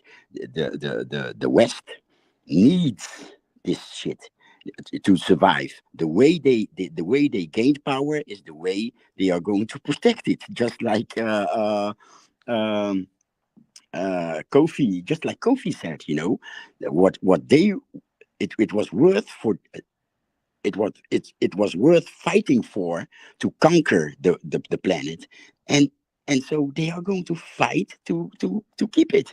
It's 1 + 1 is 2. So yeah, again, my suggestion is step aside, prepare, watch the fireworks, learn from the fireworks. Are they coming with drones, or with jets, or with the B-52s, or AKs, or maybe sticks and stones by that time? But they are coming. They are going to come, because to continue industrialized, they need Africa. Yeah, that's it. As I said, the previous two world wars were to facilitate the combustion engines and other industrialization. And yeah, those world wars were about Africa. Germany lost its colonies. Why? Because they fought over the colonies, not because Germany was punished for World War I. Of course not. Let's just let's keep it simple. They are preparing for slaughter with their one policy, white worldwide one policy is immigrants.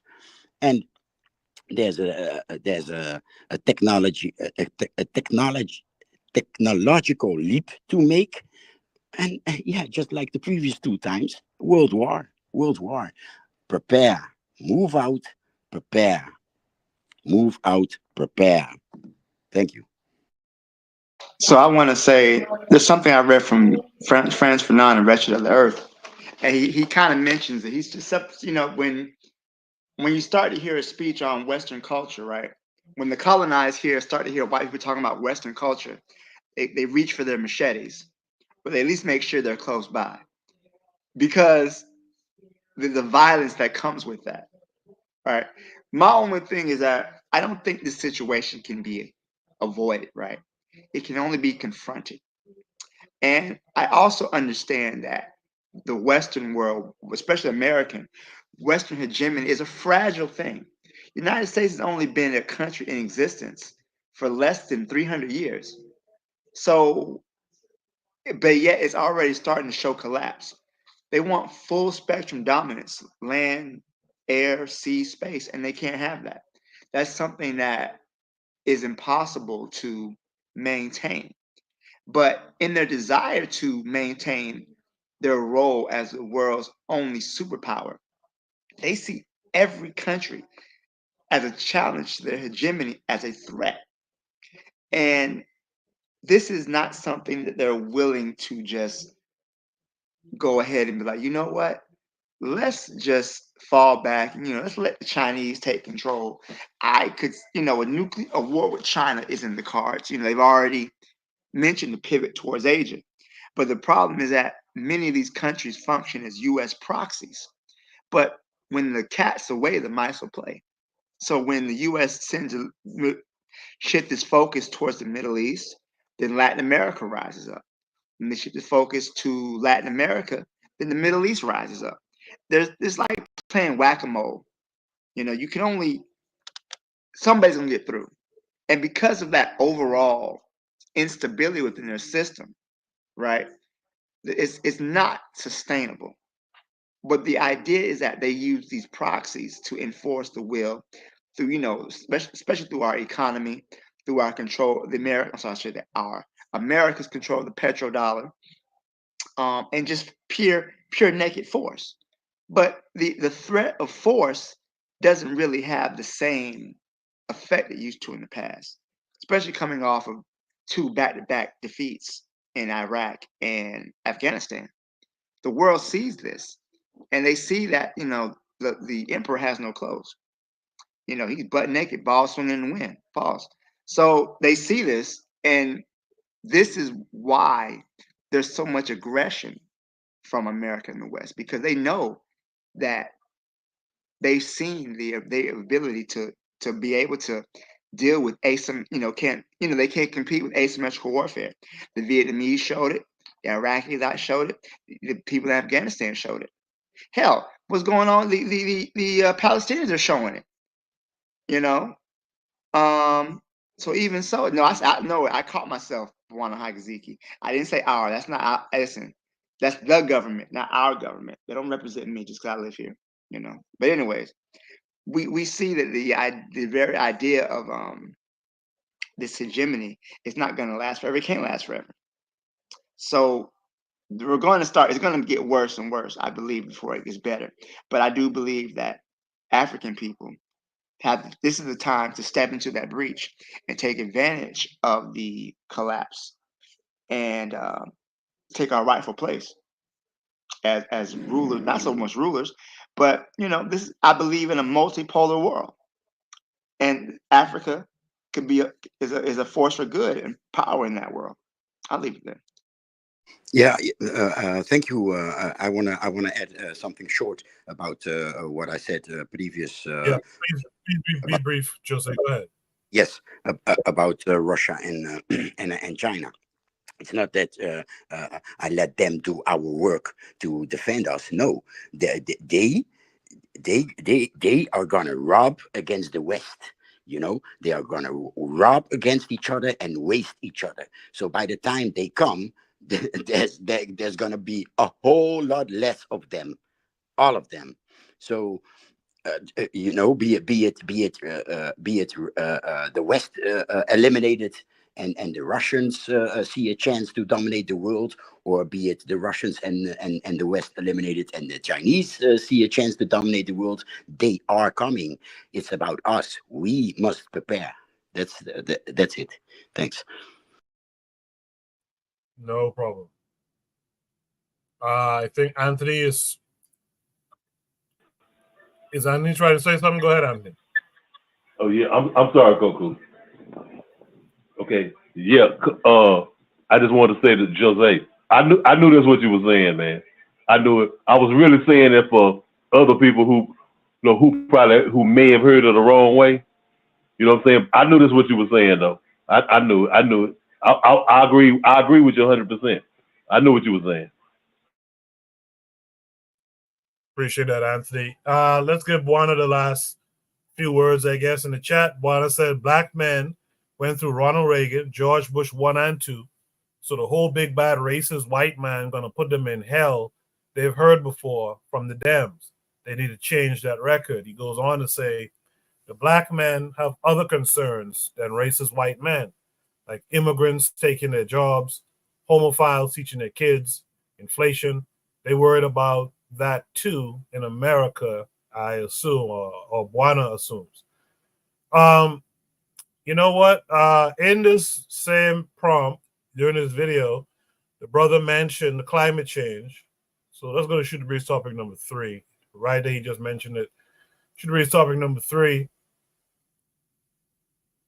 says that climate denial will get us killed. This came with a link. Where's Real Black Gentleman tonight?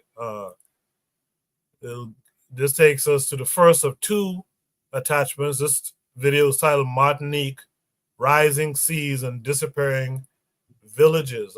Let's watch it, and then we'll go on to the second prompt.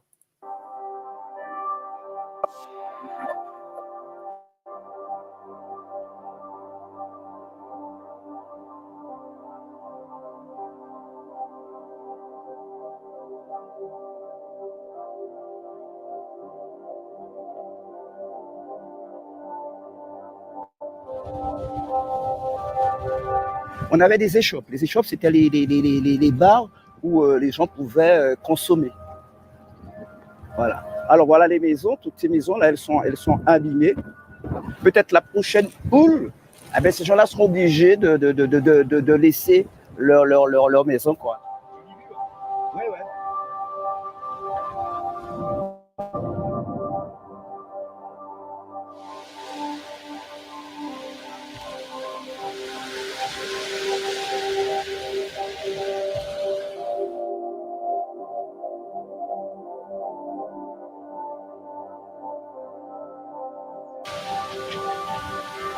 Ce qu'il faut retenir, c'est qu'à horizon 2090-2100, la Martinique devrait perdre 5% de son territoire par rapport donc, au seul phénomène donc, de l'élévation du niveau de la mer, avec l'apparition également d'ondes de tempête qui va exacerber effectivement donc, la force de pénétration de la mer donc, à l'intérieur des terres.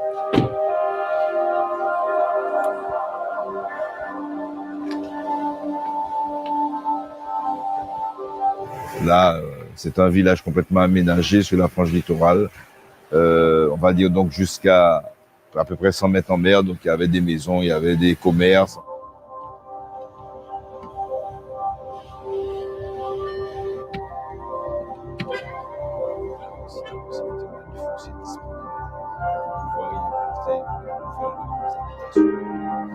Donc il s'agit d'héberger à peu près une centaine de familles, 60 à 100 familles, ce qui représente en moyenne, enfin à peu près, on va dire 300 personnes à peu près.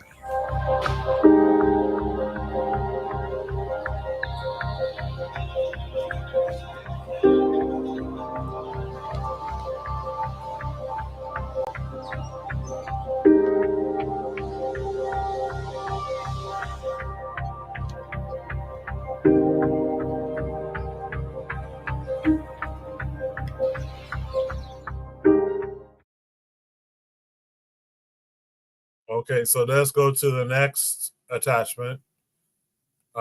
This one is titled, How is Climate Change Affecting the Pacific? It's a 7.5-minute video. We'll watch it, then we'll discuss it. COVID-19 is changing the world we are living in today, but we must not forget other pressing issues facing our planet. Though economies have slowed, the heating of our planet has not. In the Pacific, climate change hasn't gone away, and the serious health risks climate change poses persist. In the Solomon Islands, malnutrition due to food insecurity caused by rising sea levels is an issue close to volunteer dietitian Fiorenzo Tonkin's heart. Climate change is affecting the local produce. If you're here during cyclone season, you'll know what I mean. Once there's a flood, produce will be low, the supply will be low, and then prices will go up as well. I talk with patients and then I tell them this is what you should eat. And then one of the things they always tell us is that you're telling us this, but from the kitchen, what you're bringing to us, it's not what you said we're supposed to eat. Whatever is available here, that's what we give them. Yeah, so this is the market. You get this cabbage for like $10, $5, but you can get something from the shop, like noodles, for just $2.50, and you can feed like a lot of people with that. So that explains a lot why people tend to go for cheaper products that are sold in the shops that aren't even healthy. I believe that if every patient who have NCDs right now, they had been eating the right type of diet, I don't think they would be here in the hospital. I want the bosses up there, all of them, government policymakers, to try and think of something that could help us out here. Once they do something, we can also do something as well. Yeah. In Kiribati, waterborne diseases as a result of extreme weather events mean that environmental health officers like Teresa Teitei have to closely monitor the quality of water sources, checking for contaminants like E. coli and coliform. The effects of climate change that I know, lack of fresh water or clean water. I know that the water is the most serious thing because most of the outbreaks occurs is related with the water. Most of the time when the flooding comes, there's an outbreak occurs in the year. So now they never use the well water for drinking. It's just only use the water from the rain. If there's no rain, then we need to. Water. And from the rainwater, total number of E. coli, 13.4. Water is really our desperate need, and water in our village here, it's not safe. We need to be careful, especially with the children, the small ones. I am so worried. If they use polluted water, they have more chance to get disease. I request the government of other countries if they can limit their production. I think it's another way to minimize the impacts of climate change. In the Marshall Islands, we have seen an increased transmission of vector-borne diseases in areas of flooding as a result of more breeding sites for mosquitoes and closer proximity of animals and humans due to less and less land. Environmental Health Officer Bobson Solomon is trying to control the expanding mosquito populations. Our planet is changing. I can see it with my own eyes. Growing up in the Marshall Islands, I never seen water rising up to this, in the normal days. It's just weird, it's scary. It's scary for the future of our young generation. Maybe there will be no Marshall Island. Who knows where they're gonna go if they don't have no homes. That'll be sad. We spray all over the island when we have outbreak. We go to the school, churches, all over the island. We had chikungunya. It wasn't as bad as the thing.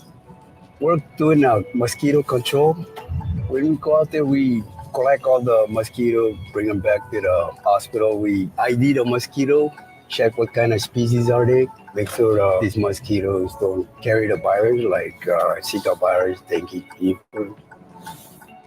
Health is affected by climate change in multiple ways. For example, the increased number of this extreme weather really definitely affect people's health. They're injured and sometimes even die. We've been observing those kind of impact, particularly in the Pacific Island countries. And WHO take it very, very seriously. Witnessing these health impacts increase in severity, many Pacific Islanders are already taking solution-focused action.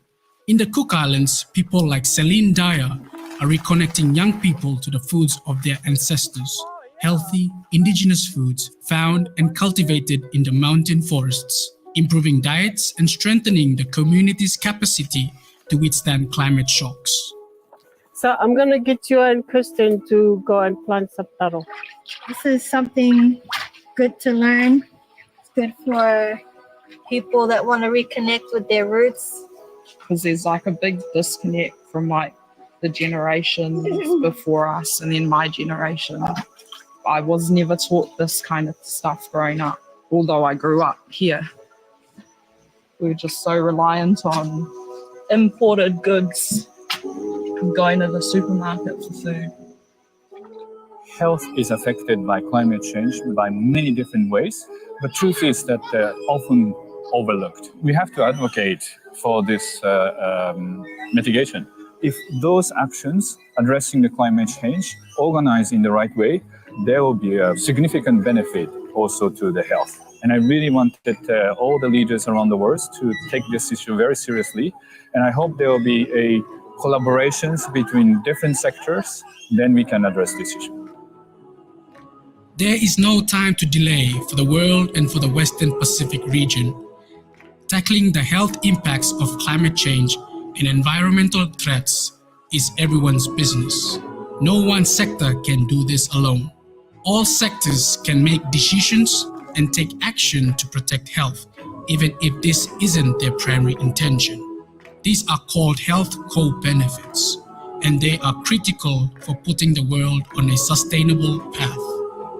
We need to accelerate efforts to protect nature, invest in water and sanitation, promote healthy food systems, transition to renewable energy, and build livable cities.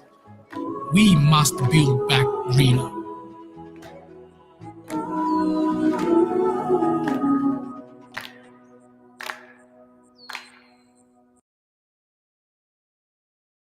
right. Should be sub number 3. That climate denial will get us killed. Let me start with Kofi this time. Kofi, what say it is?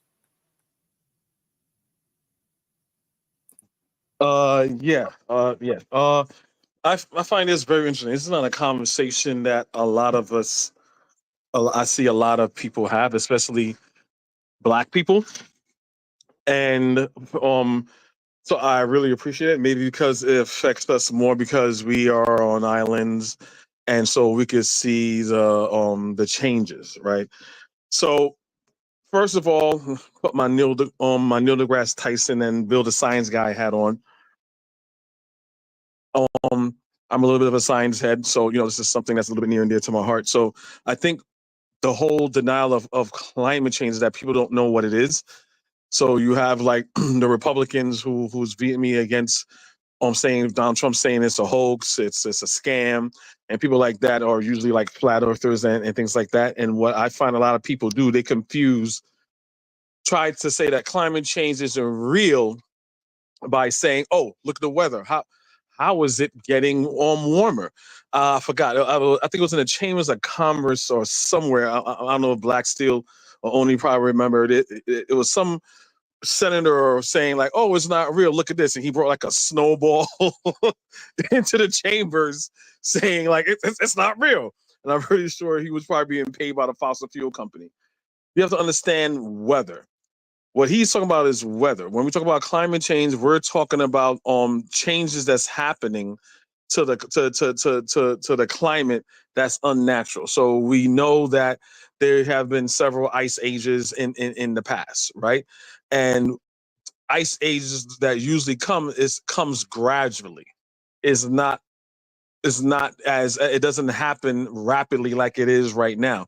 So that's why scientists are looking like, hey, look, wow. Are we contributing to it? And science is observation in the real natural world. So, and a reason why, they're losing beachfront, they're using a lot of land because the polar ice caps are melting. So when the polar ice caps are melting, you have a lot of on polar ice caps, you have permafrost, you have sheets of ice that hasn't been that hasn't melted since 10,000 years ago, which was the last ice age, right? It hasn't happened that long. These sheets of ice in Antarctica, they're just going. And what adds to it more, you have like permafrost and you have like methane. Methane is a greenhouse gas, right? And that releases it more greenhouse gases into the atmosphere, which once again goes into the atmosphere, right? And so basically what causes a greenhouse effect, you have certain gases that the sun rays that goes through the atmosphere, that comes through the atmosphere, it doesn't just reflect back into space or gets absorbed in the ocean's water. What happens is that those gases absorbs the heat from the sun, right? And it just stays in the atmosphere, so it heats up the globe entirely.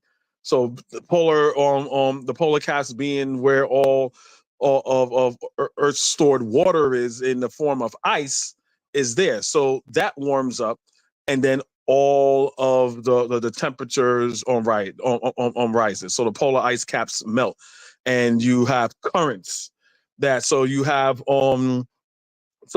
currents. Oh my gosh, I'm having a brain fart right now. You have currents ocean currents. You have cool air.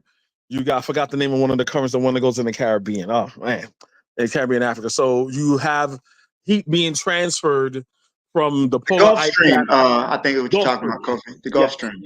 Yes, thank you, Black Steel. So you have the Gulf Stream, that goes and it transfers heat. That's how Earth regulates its heat and it regulates its climate. So when you have a greenhouse effect that goes in, you kind of interrupt that, right? So for those of you that may not be too a little bit sciencey, is kind of thing that I like. I'm not going to try to get too deep into it, but people that are climate deniers, they can't really debunk it on a scientific level.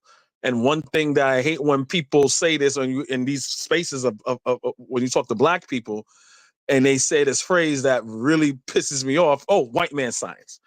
Moment someone says that, they don't know what science is. Because what white science is basically the understanding and using the tools of observing the natural world of how it is. If you're saying my science is garbage, the way for you to prove that my science is garbage is by taking the science that I have acquired and you replicating it and finding falsehoods within the experiment. It's called peer review.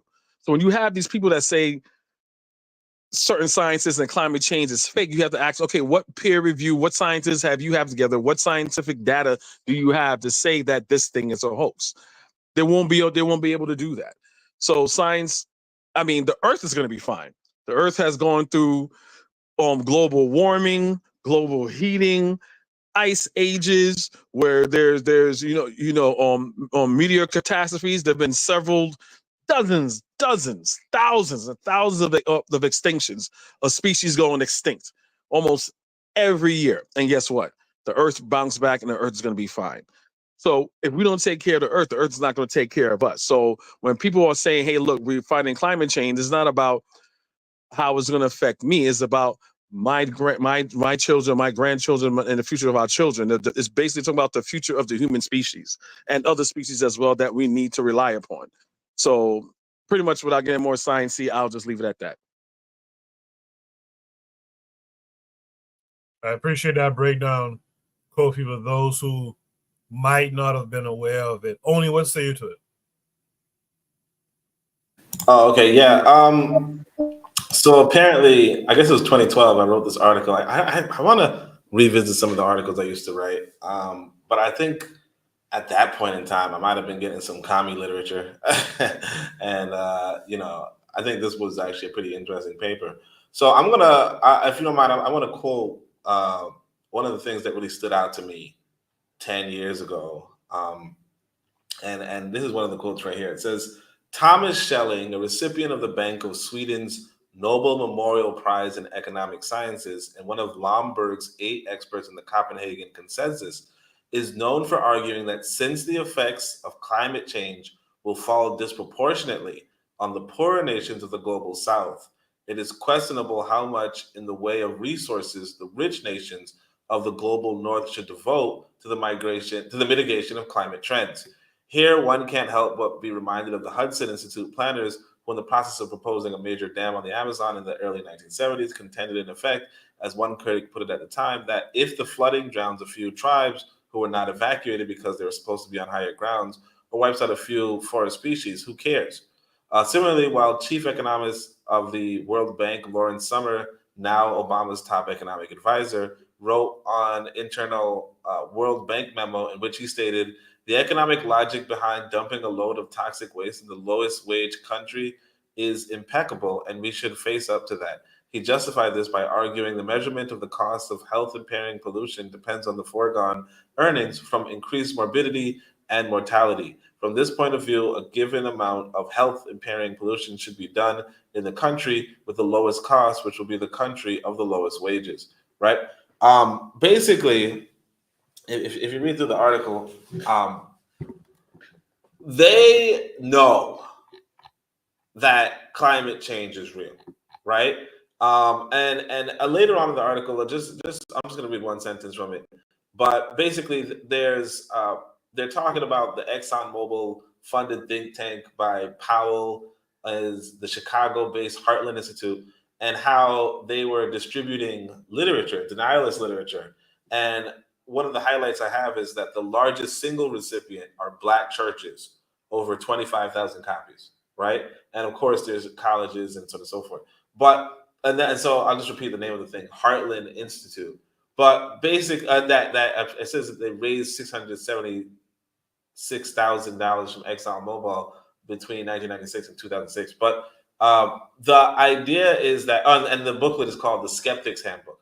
But anyway, so the idea is that they know that climate change is real. The only thing that they are not grasping is, why should the global north pay if really the global south will suffer? And of course, for us, we're thinking, well, the global north is the one causing it, right? So they should pay. But that's not how white people think. White people let you know how they think. They say, if it profits us, that's good. And if it harms people who are not us, that's also good. So for the West, global warming or climate change is a net positive. Elsewhere in this article, they're saying some of the rich people are thinking, yes, it may affect the global north, but in 100 years, or in 50 years. And when you or I hear, oh yeah, there's danger coming in 50 years, we think we got to mitigate that. These white people are not thinking, oh, in 50 years, I got to mitigate. They're Biden's age. They are Nancy Pelosi's age. They don't care about 50 years from now. You understand? They don't plan on being here 50 years from now, 100 years from now. When you talk about the incident in Florida, right? Which, again, I shouldn't have, made light about it, but, people in Florida are suffering, where Black Steel is. I feel bad about that. But again, wealthy people don't give a shit. Because if they know a hurricane is coming to Florida, they're just going to leave and go to their house in Michigan. They're just going to leave and go to so on and so forth. And eventually they're just going to leave and go to Mars. They do not concern themselves. Like, it's not that, again, they are financing climate denial because they make a lot of good money off of it. And because they do not want to assume any responsibility, because it is going to harm Black people and African people. The issue is not that white people deny climate change. The issue is that Black people deny climate change, right? Because we see it. I had a friend in, near the Sahara, right? And they were saying, yeah, the desert is expanding rapidly.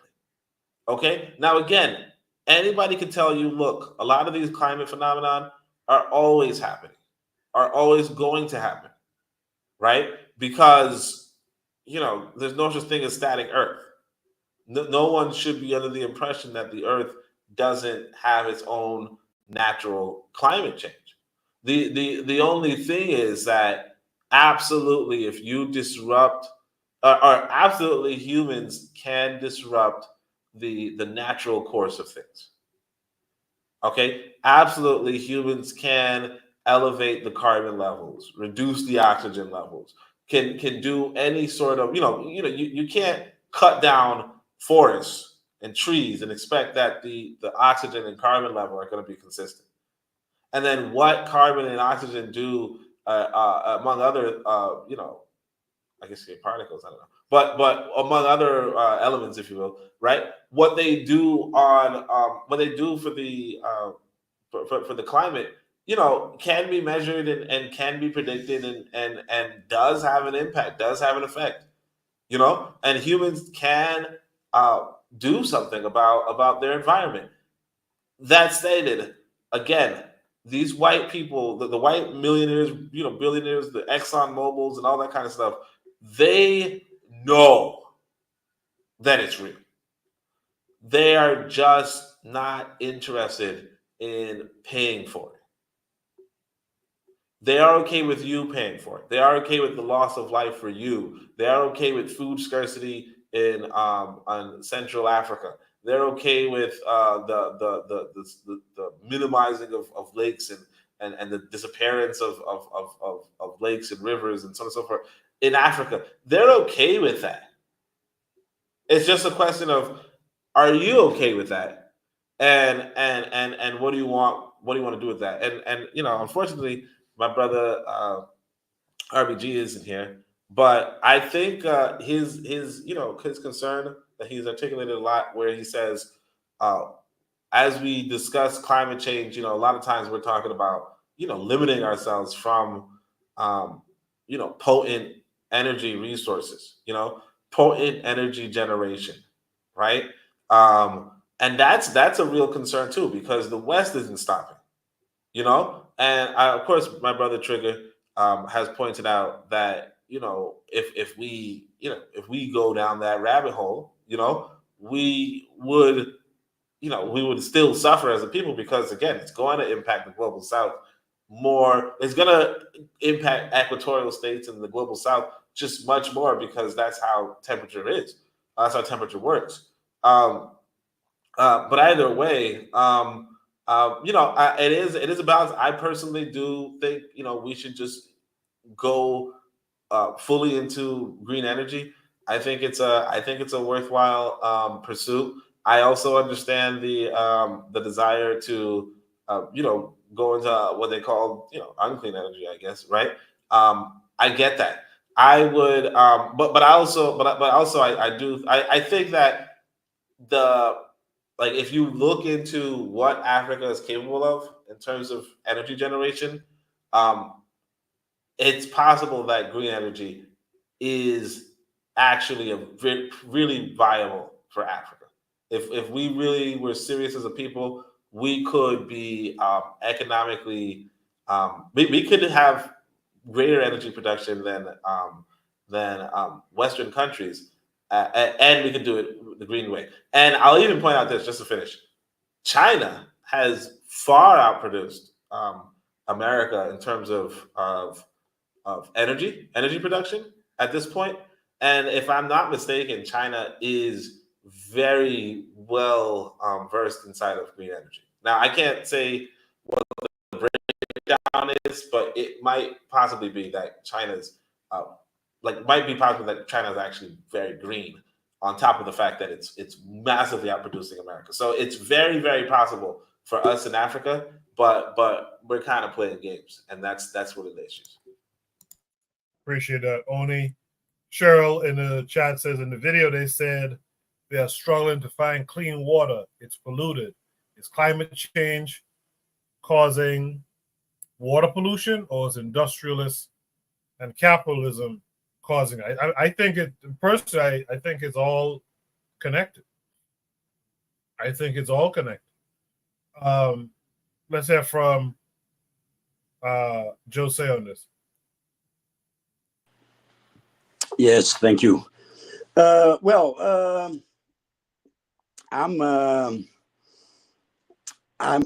not. It can be because of us humans, right? And be the change fast or slow. I think even the slow changes went with peaks and with even if it took like 3 million years for the water to rise 300 feet, in those 3 million years there has been periods that it rose like 50 feet very quick and went down slow again, etc. So be it fast or not fast, it remains hard to say if us humans did it. But what I want to hammer on is, do you all remember Kyoto? In Kyoto 1996, the world the world came to the conclusion that the West was the big polluter, and the West had to do something. And there was this CO2 quota that they had to reach, etc., etc. And the West did not agree, and they forced sharing emission with lower south slash third world country back in the days. And so that resulted in a lot of African countries not forbidding to import cars older than 5 years and trucks older than 10 years. So now you have cars like 60, 70-year-old Mercedes buses still driving around with those big black clouds behind them, and immigrants not being able to send cars and start businesses, send trucks and start businesses, because you practically have to buy a new car. And all those second-hand cars, they went to Eastern Europe, and they get their economical boost by it, right? And meanwhile, 96, and immediately after that conference, all those car manufacturers started to make engines way cleaner, right? But now, today, it's still difficult to export second-hand cars to certain African countries. But a car from effing 96 is an old timer today, right? And that was Kyoto. So I don't know what happened or when it was decided. Now you have emission and green, right? So the fight against CO2 emission now is to buy forest land, etc. So the United Arab Emirates are buying large portions of land in Zambia, Kenya, Tanzania, and they actually lock it. You can now you can't do nothing with it. Okay, these motherfuckers will surely go in and hunt for lions and wildlife and whatever they do on that land. But that's the new scheme. I don't know if anybody has noticed, but for the last like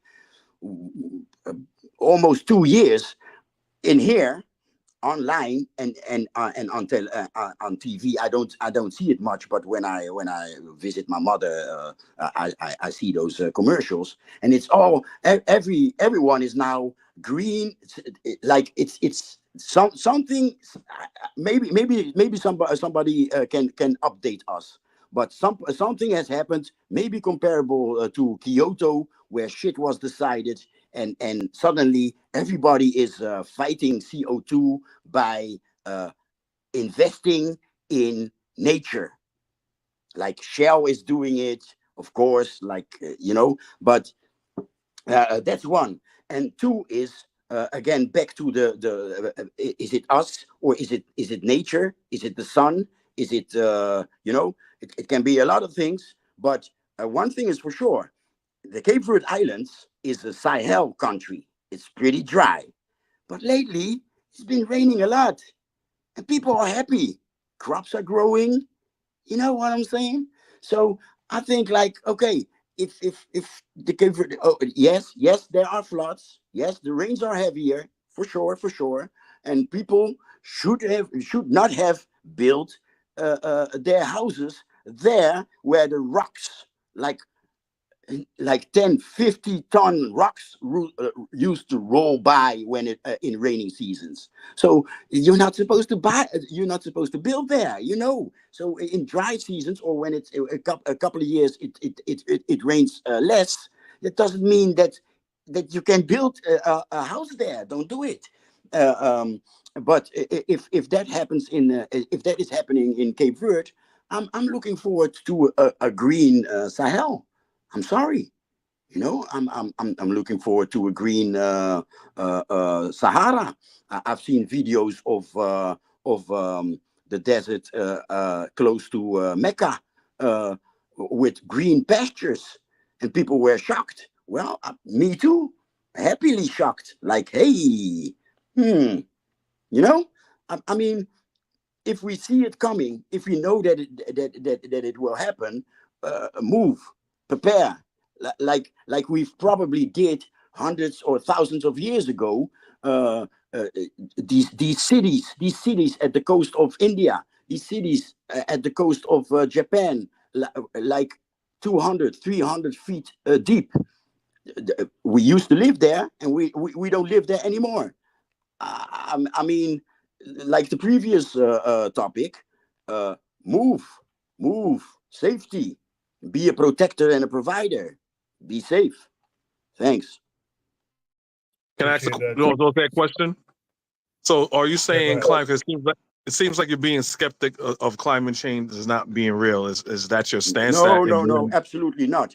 If it is happening, I mean, I told you, there's more rain in the Cape Verde Islands. Look, this narrative is about sea levels.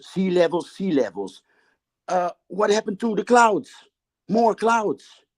More water in the sea? Yes. More water in the clouds. Nobody talks about more water in the clouds.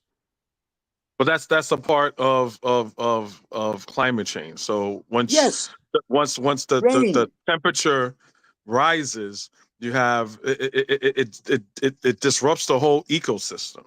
No, if we don't talk about clouds, then we are going to talk about deserts and higher temperatures, etc. Let's not forget about the clouds. No, that's a part of the ecosystem. You can't separate sand from the beach. That's just a part of it. Exactly. And so the rain that we have, you'll have, if it's warmer in certain places than others, and on Black Steel, unfortunately, it's going through this. You have more hurricane fives during hurricane season that's more frequent.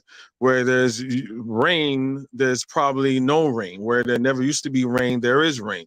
Everything gets turned upside down because I mean, again, this is pretty much like junior high school type science, science class. Where they tell you how the food chain works, they tell you how the rain cycle works, Yes. how hurricane works, and things like Vaporize, that. clouds, rain. Yes. Yeah. So basically, when you have there's species in South America and in other places, if the temperature goes up 2 degrees, dead. There's frogs, snakes, lizards, all birds. There's all types of species based upon, because you got to understand we're biologically fine tuned. Well, Homo sapiens being us, we're fine tuned to pretty much deal with a lot. But there's an example for that too. There's an example for that too, brother. Exactly. Through evolution. Before very short. I'm very short. Before the war in this Balkan country with Tito as leader, Yugoslavia. Before the war in Yugoslavia, people were trying to save a certain type of lizard, right? Its food was where this lizard came from was getting harder for it to survive. So they planted this lizard on other islands over there, right? There's thousands of islands there between Greece and Italy, and so they planted some of those lizards in the other islands, and on those islands lived a cousin of this lizard. But this cousin was a herbivore, and this lizard was a carnivore. So this lizard ate. The war broke out, and they couldn't reach that island for like 13 years. So after the war, they went to look, and they couldn't find none of the two lizards. What happened was the carnivore ate everything, like everything edible, like cockroaches and whatever it lived off. And at a certain point, it also ate its cousin. And when all the food was gone, it changed. It's changed to a herbivore. It got a bigger jaw to munch the herbs, and it got 2 extra stomachs. So yeah, let it happen. Let's see what new type of animals. How does a crocodile look when there's way more water? I think a crocodile will have the sizes of dinosaurs. And yeah, we have to prepare. We have to prepare. If we want to survive, we have to adapt. That's a very, very good example. That lizard was able to adapt and rise above its environmental conditions, right? I mean, we're more intelligent. We should be able to know that. But the thing that mankind compared to all other species on Earth are is weaker. What makes us more of a threat is our minds and how we could perceive things and look at the natural world in a different way. We have a broader, viewpoint. We have a broader lens. So that's a good example. But again, all right, I just wanted to know if you were like denying it or whatever, because then again, my question, like I said before, would be what evidence do you have? But I know you're not denying it. I was just asking a question. Yes, what I'm afraid of is that we're going to fight it, and that's impossible. That's the impossible part. I live here in the Netherlands, with those dikes, and every time, all the time, it's how is it climate change. impossible to fight climate change if we're contributing to climate change? Yeah, but let me finish real quick and real short. So those dikes, all the time, the talk is about making them higher. But at a certain moment, the dikes a 5-meter dike is a 50-meter wall. So when are you going to stop? So the sea is going to rise like 30 meters. The dikes ain't gonna do it. It have to be walls. Then the Netherlands will be like a hole, like a pit in the sea with walls around it. That's a joke. At a certain moment, we have to give up and we have to adapt. Okay, I see what you're saying. Bigger than us. It's bigger than us. It's bigger than Okay, us. I see what you're saying. You can't fight climate change in that way, because what it is, they're pretty much, if you have an island that's like pretty much not that high above sea level, and the sea level rises, then yeah, you after a wall, yeah, you would be like a pit. You know what I'm saying? Inside the ocean, huge dikes there. So okay, that's what you're saying. Like a vertical tube. Yeah. Yes. Like you're a straw and you're in the middle of the straw and you're just surrounded by water. But yeah, okay. But I mean, climate change is something, that's what they're saying. Like the more we wait to do something about it, right? Because eventually it was going to take a while for the effects to happen. But the longer we wait, the longer it's going to take to bounce back. And they say maybe at a point where we may not even bounce back. So, all right. Okay. Go ahead, Coco. I'm finished. Let's hear from Anthony next. Yeah, that's an interesting conversation. Okay, first of all, I want to start right here where I'm at. Now, I live in Louisiana. Okay, now if you can look at a map of Louisiana, I'm sure all you brothers, you've seen a map of Louisiana. Okay, Louisiana today does not look like Louisiana of 30 to 40 years ago. Like our coastline, the coastline in South Louisiana. I mean, it's the reason why you have these more intense hurricanes, like you had Katrina, because it's to the global warming, the rising sea levels, and whatever, and to the disappearing coastlines. Like we had a lot, like in South Louisiana, there was a lot of islands. Like you had Grand Island, Marsh Island. You still have them, but the islands aren't as big as they used to be. And the Barataria area, the Barataria Sound, the Terrebonne Islands, all these islands, these areas adjacent off, from New Orleans, because you seen a map of New Orleans. Now you know how New Orleans is right there in southeast Louisiana on Lake Pontchartrain. Okay, but now outside to the south of New Orleans, you had all these areas like I said, like the Terrebonne and Barataria and all these islands off the coast. Now see, these islands used to represent a buffer zone for when a hurricane made landfall. But see, now if you look at a map of it now, I mean you can see what a lot of as a matter of fact, according to the state records, they say Louisiana loses a football field of land every year. A football field. Now that might be small in some people's mind, but every year it loses a football field. A football field of land of these small islands. Now a football field was like 100 yards. But every year, and probably now it's going up. Because like I said, with like we was talking about with the rising sea level, you get in the South Pacific, you had this island, this nation of Tuvalu. You had Tuvalu, and there was another one. But right now, they had a place where the Prime Minister's office used to be at. The Prime Minister's office is on the water now. You can't even see it no more. You know what I'm saying? You can't even see it no more. In the Maldives, they had that same problem in the Maldives. I was looking at a documentary about the Maldives with this guy who was one of the government officials. I think it was on PBS. It was on Nova, that show Nova. And he was saying, well, the office of I don't know which office. I can't remember which office it was. So I'm just picking one just for example. Well, the office of information used to be right there. And where he points to is underwater now. You know what I'm saying? It's underwater. But I had a question that I wanted to ask. It was a question for Jose. And well, first I address Oni. Like Oni was talking about China. Okay. The biggest carbon, from what they say, the biggest carbon emission, the biggest imprint on the planet, from the carbon emissions and all the stuff, is in China. Now we know that China been going through a lot of stuff. You go like to the east coast of China, the southeast coast of China, where all of the cities at, where a lot of the economic activity goes to.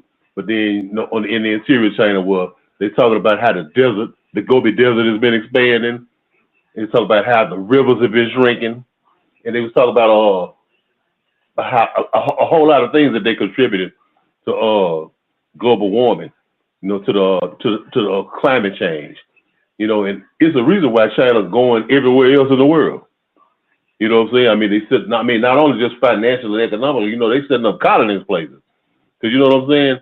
It's getting impossible. I mean, for a land of, and it's a big country, but for a land of like 1.2, 1.3 billion people, and China is not the most arable land. It doesn't have the richest farmland. It's a big country and it can support a lot of people, but 1.2, 1.3 billion people is a whole lot on that area. You know what I'm saying? Even as big as it is, like I said, there's not a lot of arable land in China. Okay. My question for Jose, I remember, Jose, it was back in the late 80s. In the late 80s, early 90s. I remember it was two things. They had in Cape Verde, they had this thing where like you talk about, we know how Cape Verde is, is basically a desert in most places. I mean, it's a dry climate. It's not fertile. It doesn't have a lot of plant-like vegetation.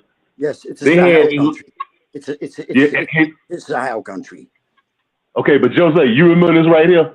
You remember they was talking about in the late 80s, early 90s about this plan, this desalinization plan, where he was talking about getting seawater and like taking the salt out of it and trying to make some of the land fertile in Cape Verde. You remember that? Not really, and I can't imagine where that would apply, to be honest. Yeah, but I mean, it was.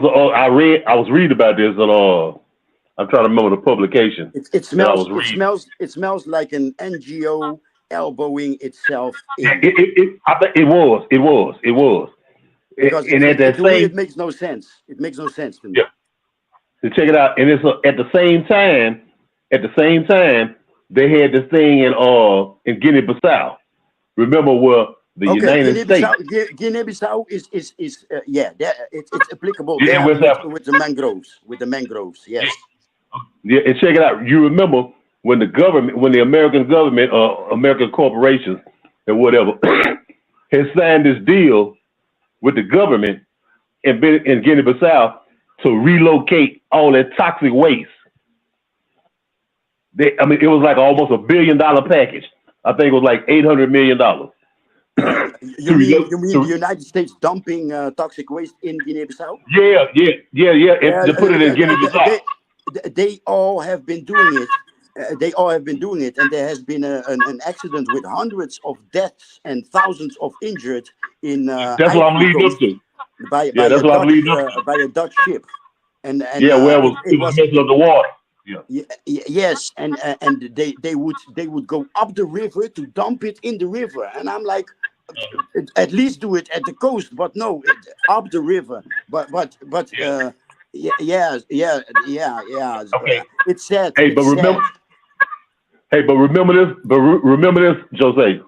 It was those islands. I don't want to pronounce the name wrong, so you inform me if I'm saying it wrong. I think it was in like the Basagos. Jose, was it the Basagos, the islands off the coast of Guinea-Bissau? Oh, I'm talking to the muted. I don't know how long I've been talking to a muted microphone. But it was the Guinea. Did you hear me talk about Ivory Coast and the Netherlands dumping toxic waste there? Yeah, I heard that part, but I'm actually about this. I'm still talking about Guinea-Bissau right now. Guinea-Bissau at the mouth of the river. There's hundreds, maybe thousands of islands. And that's what I'm talking about. I don't know the names. But it's like the Biagos or Basagos. But anyway, what I'm saying, they in that part of Guinea-Bissau, they have like the sisters is a strong matriarchal thing down there. What I'm saying, and they was like leading a fight against that, against the stuff that they were trying to do, because it started affecting the ecosystem down there. This is the first time that I hear of it, but yeah, fighting. It's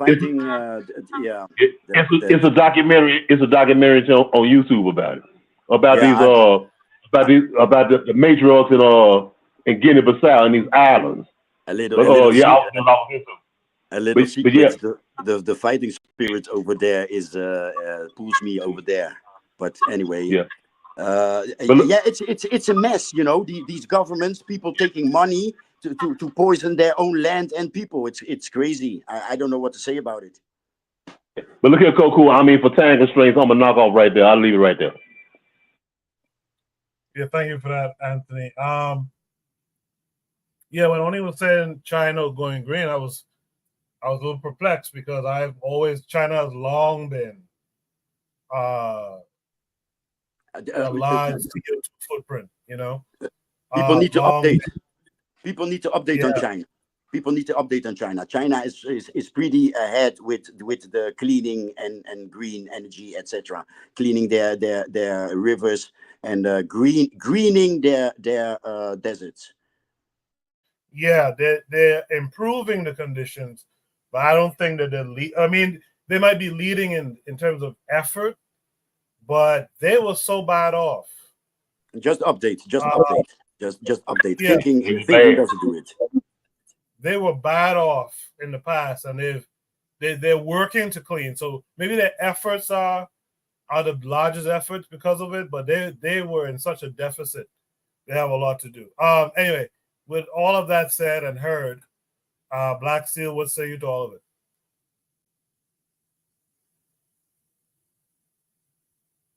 Black Seal might be sleeping now. Black Seal, if you're there, unmute your mic for me. All right. Is there any other last thoughts on this topic? This is the last topic for tonight anyway.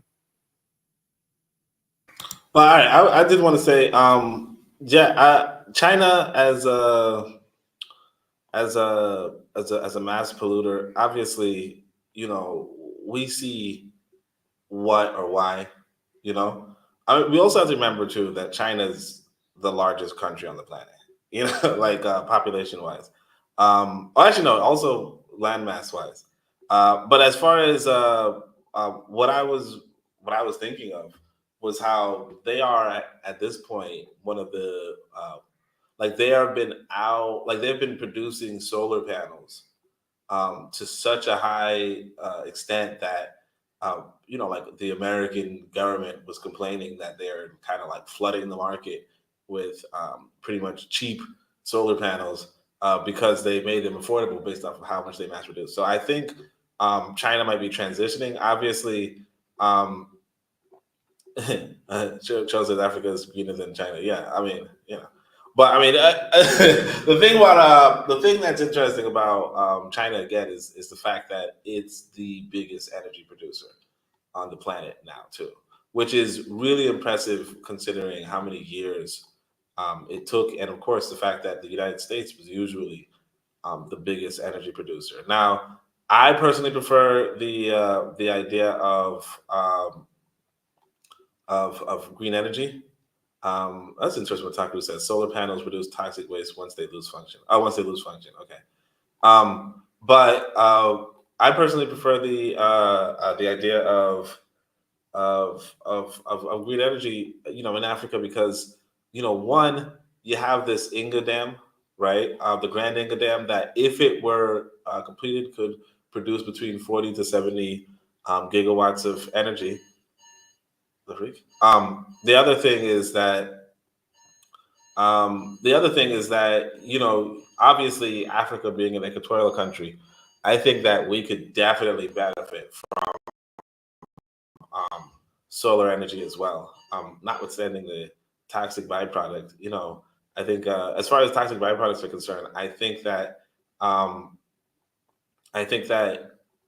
when it comes to toxic byproducts, I think that you just have to learn how to do waste disposal at that point. The same as nuclear energy is considered a really good candidate for energy independence, but obviously that one comes with toxic waste as well, and you just have to find a way to dispose of that waste.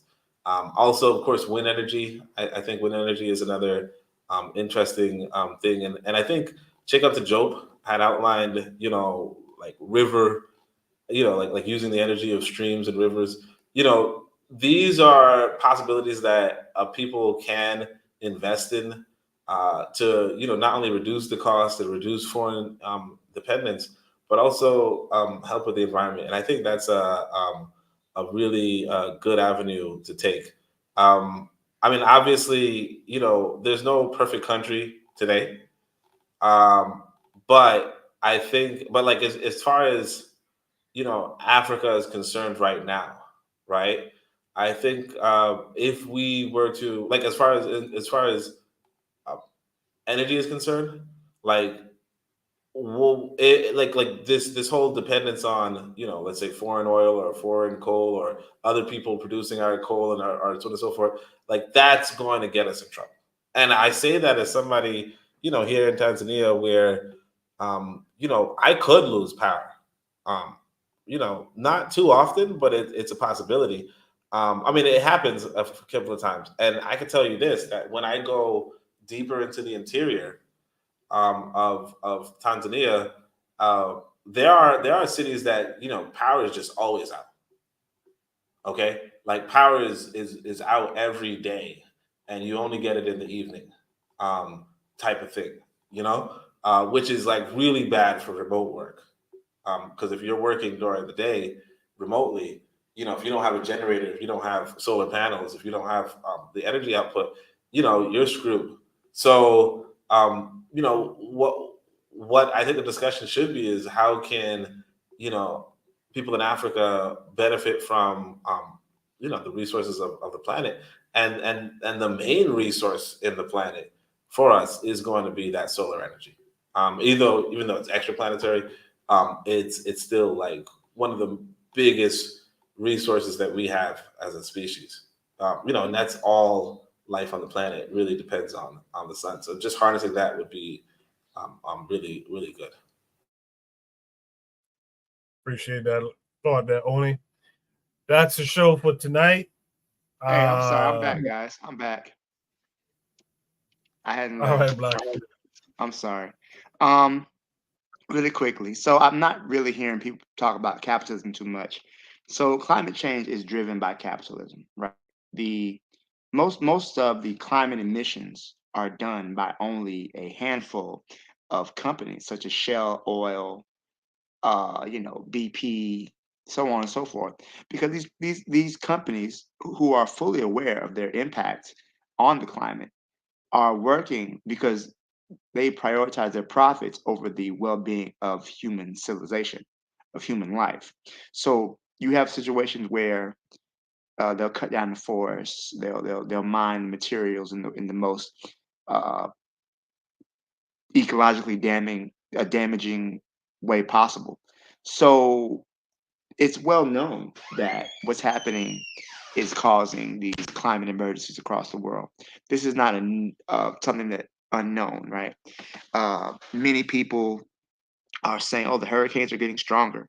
Oh, the water's getting warmer." Uh, we're, it goes even down to the insect life. We're starting to see insect populations across the world decrease by 75, 80%, right? When the insects go, then the birds go.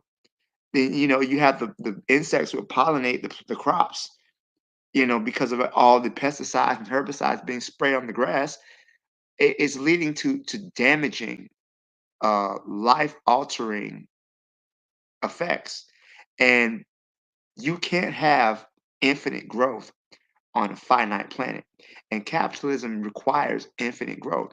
In order for a business to be successful, for the shareholders to get their benefit, the company has to grow and grow and grow and grow and grow. You can't have infinite growth on a planet whose resources are finite. And the idea that these a forest, for example, an ocean, a sea, these are only commodities to be exploited for the benefit of the capitalists. So the forest itself has no value until you cut it down and then you turn it into furniture or you turn it into housing. The ocean has no benefit unless you could extract fish from it or you could dump your waste into it. Um, so this is something that I think if the planet is to survive, we're going to have to do away with the very ideals of capitalism, which exists only to turn human beings, nature itself, into commodities to be exploited and to enrich only a handful of people. And we're seeing that now, even with these storms, because people, like I said, I've been through two hurricanes in 2 weeks. First one wasn't so bad. The second was my whole house was shaking, right? And people are saying, "Oh, they're changing the weather and they're doing this and doing that." Everybody wants to blame everything, but the reality of, hey, listen, these storms are so big because first of all, um, the ocean is warmer, right? Warm water makes hurricanes more powerful. When you have the Gulf of Mexico sitting at 80, 90 degrees on the surface, what do you think is going to happen? There's no weapon that's to be used to harness uh the weather. When you got the Caribbean sitting at the highest temperature you've ever seen, you have mass die off of coral reefs. You have, somebody mentioned like amphibians are what they call the canary in the coal mine. They feel the effects of climate change sooner than anybody. You have frogs and toads and salamanders all across the world, numbers dropping exponentially, going extinct. This is something that is, again, moved by climate change. And countries like Nigeria, where almost 96% of forest cover is gone, Ghana, you have Shell in the Niger Delta just polluting with no concern of cleaning up anything. It's to the point where people can't even live there anymore. It, I think that because these are being fueled by capitalism, right? And it's unsustainability, and the fact that these billionaires, these millionaires, they're prepared to go into space as Elon Musk, or find some mountain cavern they can live underground and just let the rest of us die. They're fully prepared to do that because at the end of the day, all that matters is their profit, and they'll watch the rest of the world get destroyed to enrich themselves. I'll leave it there. Thank you. I'll just add that Cheryl in the chat, Cheryl did mention capitalism early on, and I responded to her. I actually said that they are connected. I don't think it's one or the other. I think it's connected. I think Black Steel just summed it up really nicely, the connection. So I think it's a real thing, and I think it's, me personally, I think it's a real thing, climate change is. I think it's spurned on by capitalistic practices. Since Black Steel came back and spoke his piece, is there any thoughts to what Black Steel had to say?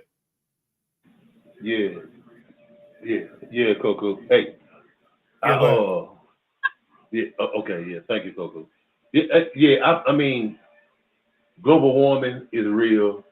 You know what I'm saying? Climate change is real.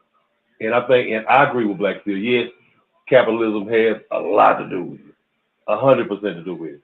Well, I think it's also that it is because it has happened before that too, though. You know what I'm saying? It has happened before that. I mean, we've had global warming before that. And I'm not denying that. I'm 100%. I'm 100% with you, brother, and all you brothers. That global warming and climate change is a real thing, and that the planet is in danger, and that it is feared right now in the present time by this capitalist shit, by business and corporations. I agree 100%.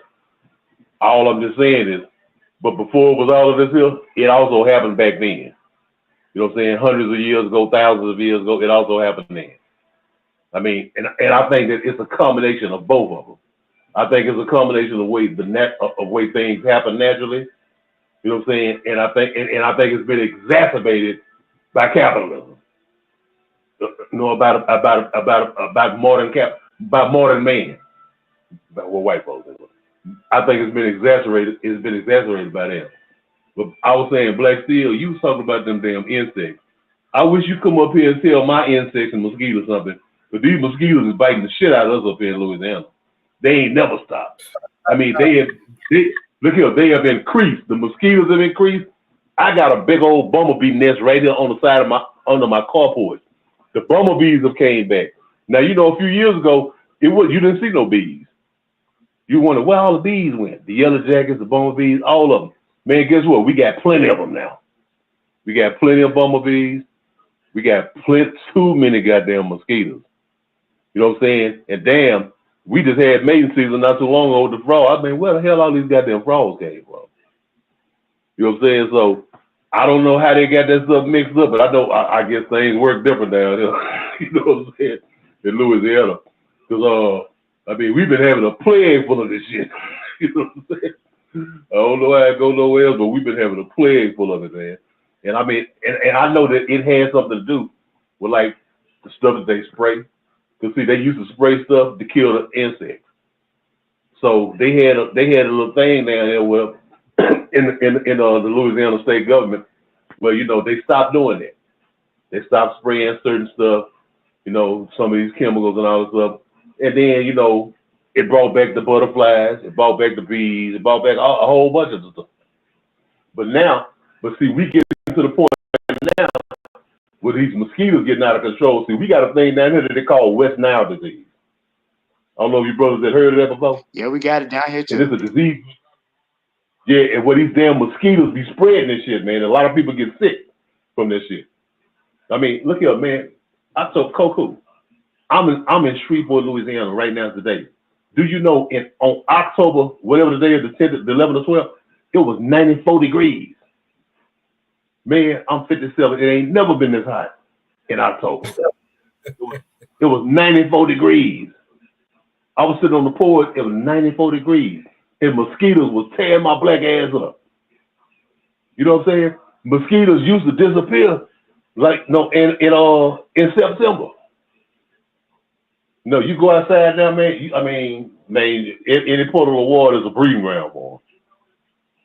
So yeah, man, they get. I think it's like I'm saying. I agree with you. It's a combination of the bullshit that they do, but I think it's also a combination of nature and both of them coming together, and shit get mixed up.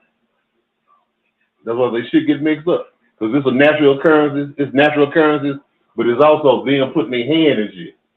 I think where they trying to manufacture weather, or rather they doing all of the other stuff that's affecting everything. Like you say, affecting the plant life, the fauna life, and all of this stuff. I'm not gonna right there, man. I ain't want to ramble too much. I just wanted to throw that in real quick.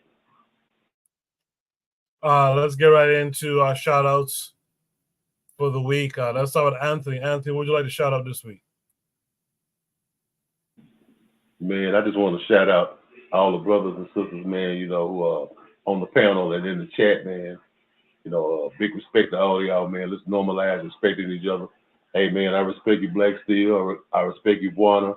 I respect you, Kofi. I respect you, everybody, man. Koku, you know what I'm saying? I respect y'all. Big love for y'all, man. And I guess happy Independence Day to Guinea-Bissau. It was the Independence Day today. I don't know how independent they are, but they still under the same old fucked up ass dude. But happy Independence Day today. I mean, not Guinea-Bissau, Equatorial Guinea. Appreciate you, Anthony. Thanks for coming through and thanks for your input tonight. I give you a shout out tonight. Let's hear from Oni. Oni, what would you like to shout out this week? Well, I'll just shout out Black Steel for weathering the storm. Because that sucks. But fortunately, he survived and kept his family safe, and so that's that's some good stuff. So shout out to that brother. I think it's also a slow news day, so I got nothing in the news except for of course the Sahel states. They're always on my mind. Big up to them. But other than that, shout out to and of course shout out to everybody else. But shout out to everybody who went through the storm. That's for sure. That's it. Appreciate that, Oni. Let's hear from Jose. Jose, what would you like to shout out this week? Shout out to all Black people. Shout out to all Black people, and in particular those that humans have always been preppers. We have always been preparing for like 50 years, 3 generations. So shout out, especially like all Black people, but especially the people that remained preppers and thinking about where am I / my bloodline in 50 or 100 years from now. Shout out to all of y'all. Appreciate that, Jose. Kofi, would you like to shout out this week? I would like to shout out to you, Koku, for putting this together every week. It was a very good show. I enjoyed the topic. Thank you again for helping putting together the show yesterday. Thank you, Black Steel. Thank you, Brother Bakari. If you're in the chat, thank you. But especially thank you, Black Steel, brother. I'm sorry if I was pretty much weren't considering what you were going through. I just thought you were available, which makes me appreciate you even more. You came through on that podcast and you represent yourself very well, and to the point where other brothers, they wanted to link with you. And I think Koku's saying you need to get your own channel, brother, because you have a lot of good insight to offer. So I really do appreciate you. Shout out to Anthony, say the whole panel and everybody in the chat for making this a very good show as usual. And last but not least, I guess Black Steel, what would you like to shout out this week? Well, thank you so much for that, Kofi, and Oni, for thinking about my family and everything. It's been rough, man. So I want to shout out. I'm gonna shout out those linemen who got my power back on, man, because they're estimating that it's gonna be at least till next Thursday for the rest of my area to get the power back on. But like I said, there've been fist fights at the gas station. People have been begging for help, and I want to shout out the community who got together, who came together, as especially the Black people out here. We kind of saw people in need and we helped each other out. So somebody said, hey, I had my grill out here, because the food was going bad, so I got the grill. We cooked for the community. Everybody had something to eat who didn't have power. And I think that the community is what we're going to have to lean on. Black people, all we got is each other. All we got is us. There's nobody else coming to help us or save us. I think that within that community lies our salvation. So thanks again for a great show. All right. Thank all of you. I hope everything works out for the best for you and everyone around you, Black Steel. In the meantime, we'll be back next week. You guys be good. Oh, by the way, join the Discord. If you're not on the Discord, click the link, join the Discord so you can post your topics, because I noticed that we kind of dwindling with topics these days. Join the Discord, post your topics, add a link to YouTube or Twitter or something so that it could be an interesting conversation. And until then, you guys be good. Peace. Later, brothers. Thanks for listening to the Bitter Medicine Podcast with your host, Koku. If you like what you just heard, we hope you pass along our web address, bittermedicineblogs.com, to your friends and colleagues, and share our show to all your social media. Be sure to check out our archive section on our website for previous podcasts. This has been a KWAZ radio production. Join us next time for another session of the Bitter Medicine Podcast. Follow us on Facebook at Bitter Medicine Show, Twitter, Bitter Meds, Tumblr, Bitter Meds, Instagram, Bitter Medicine.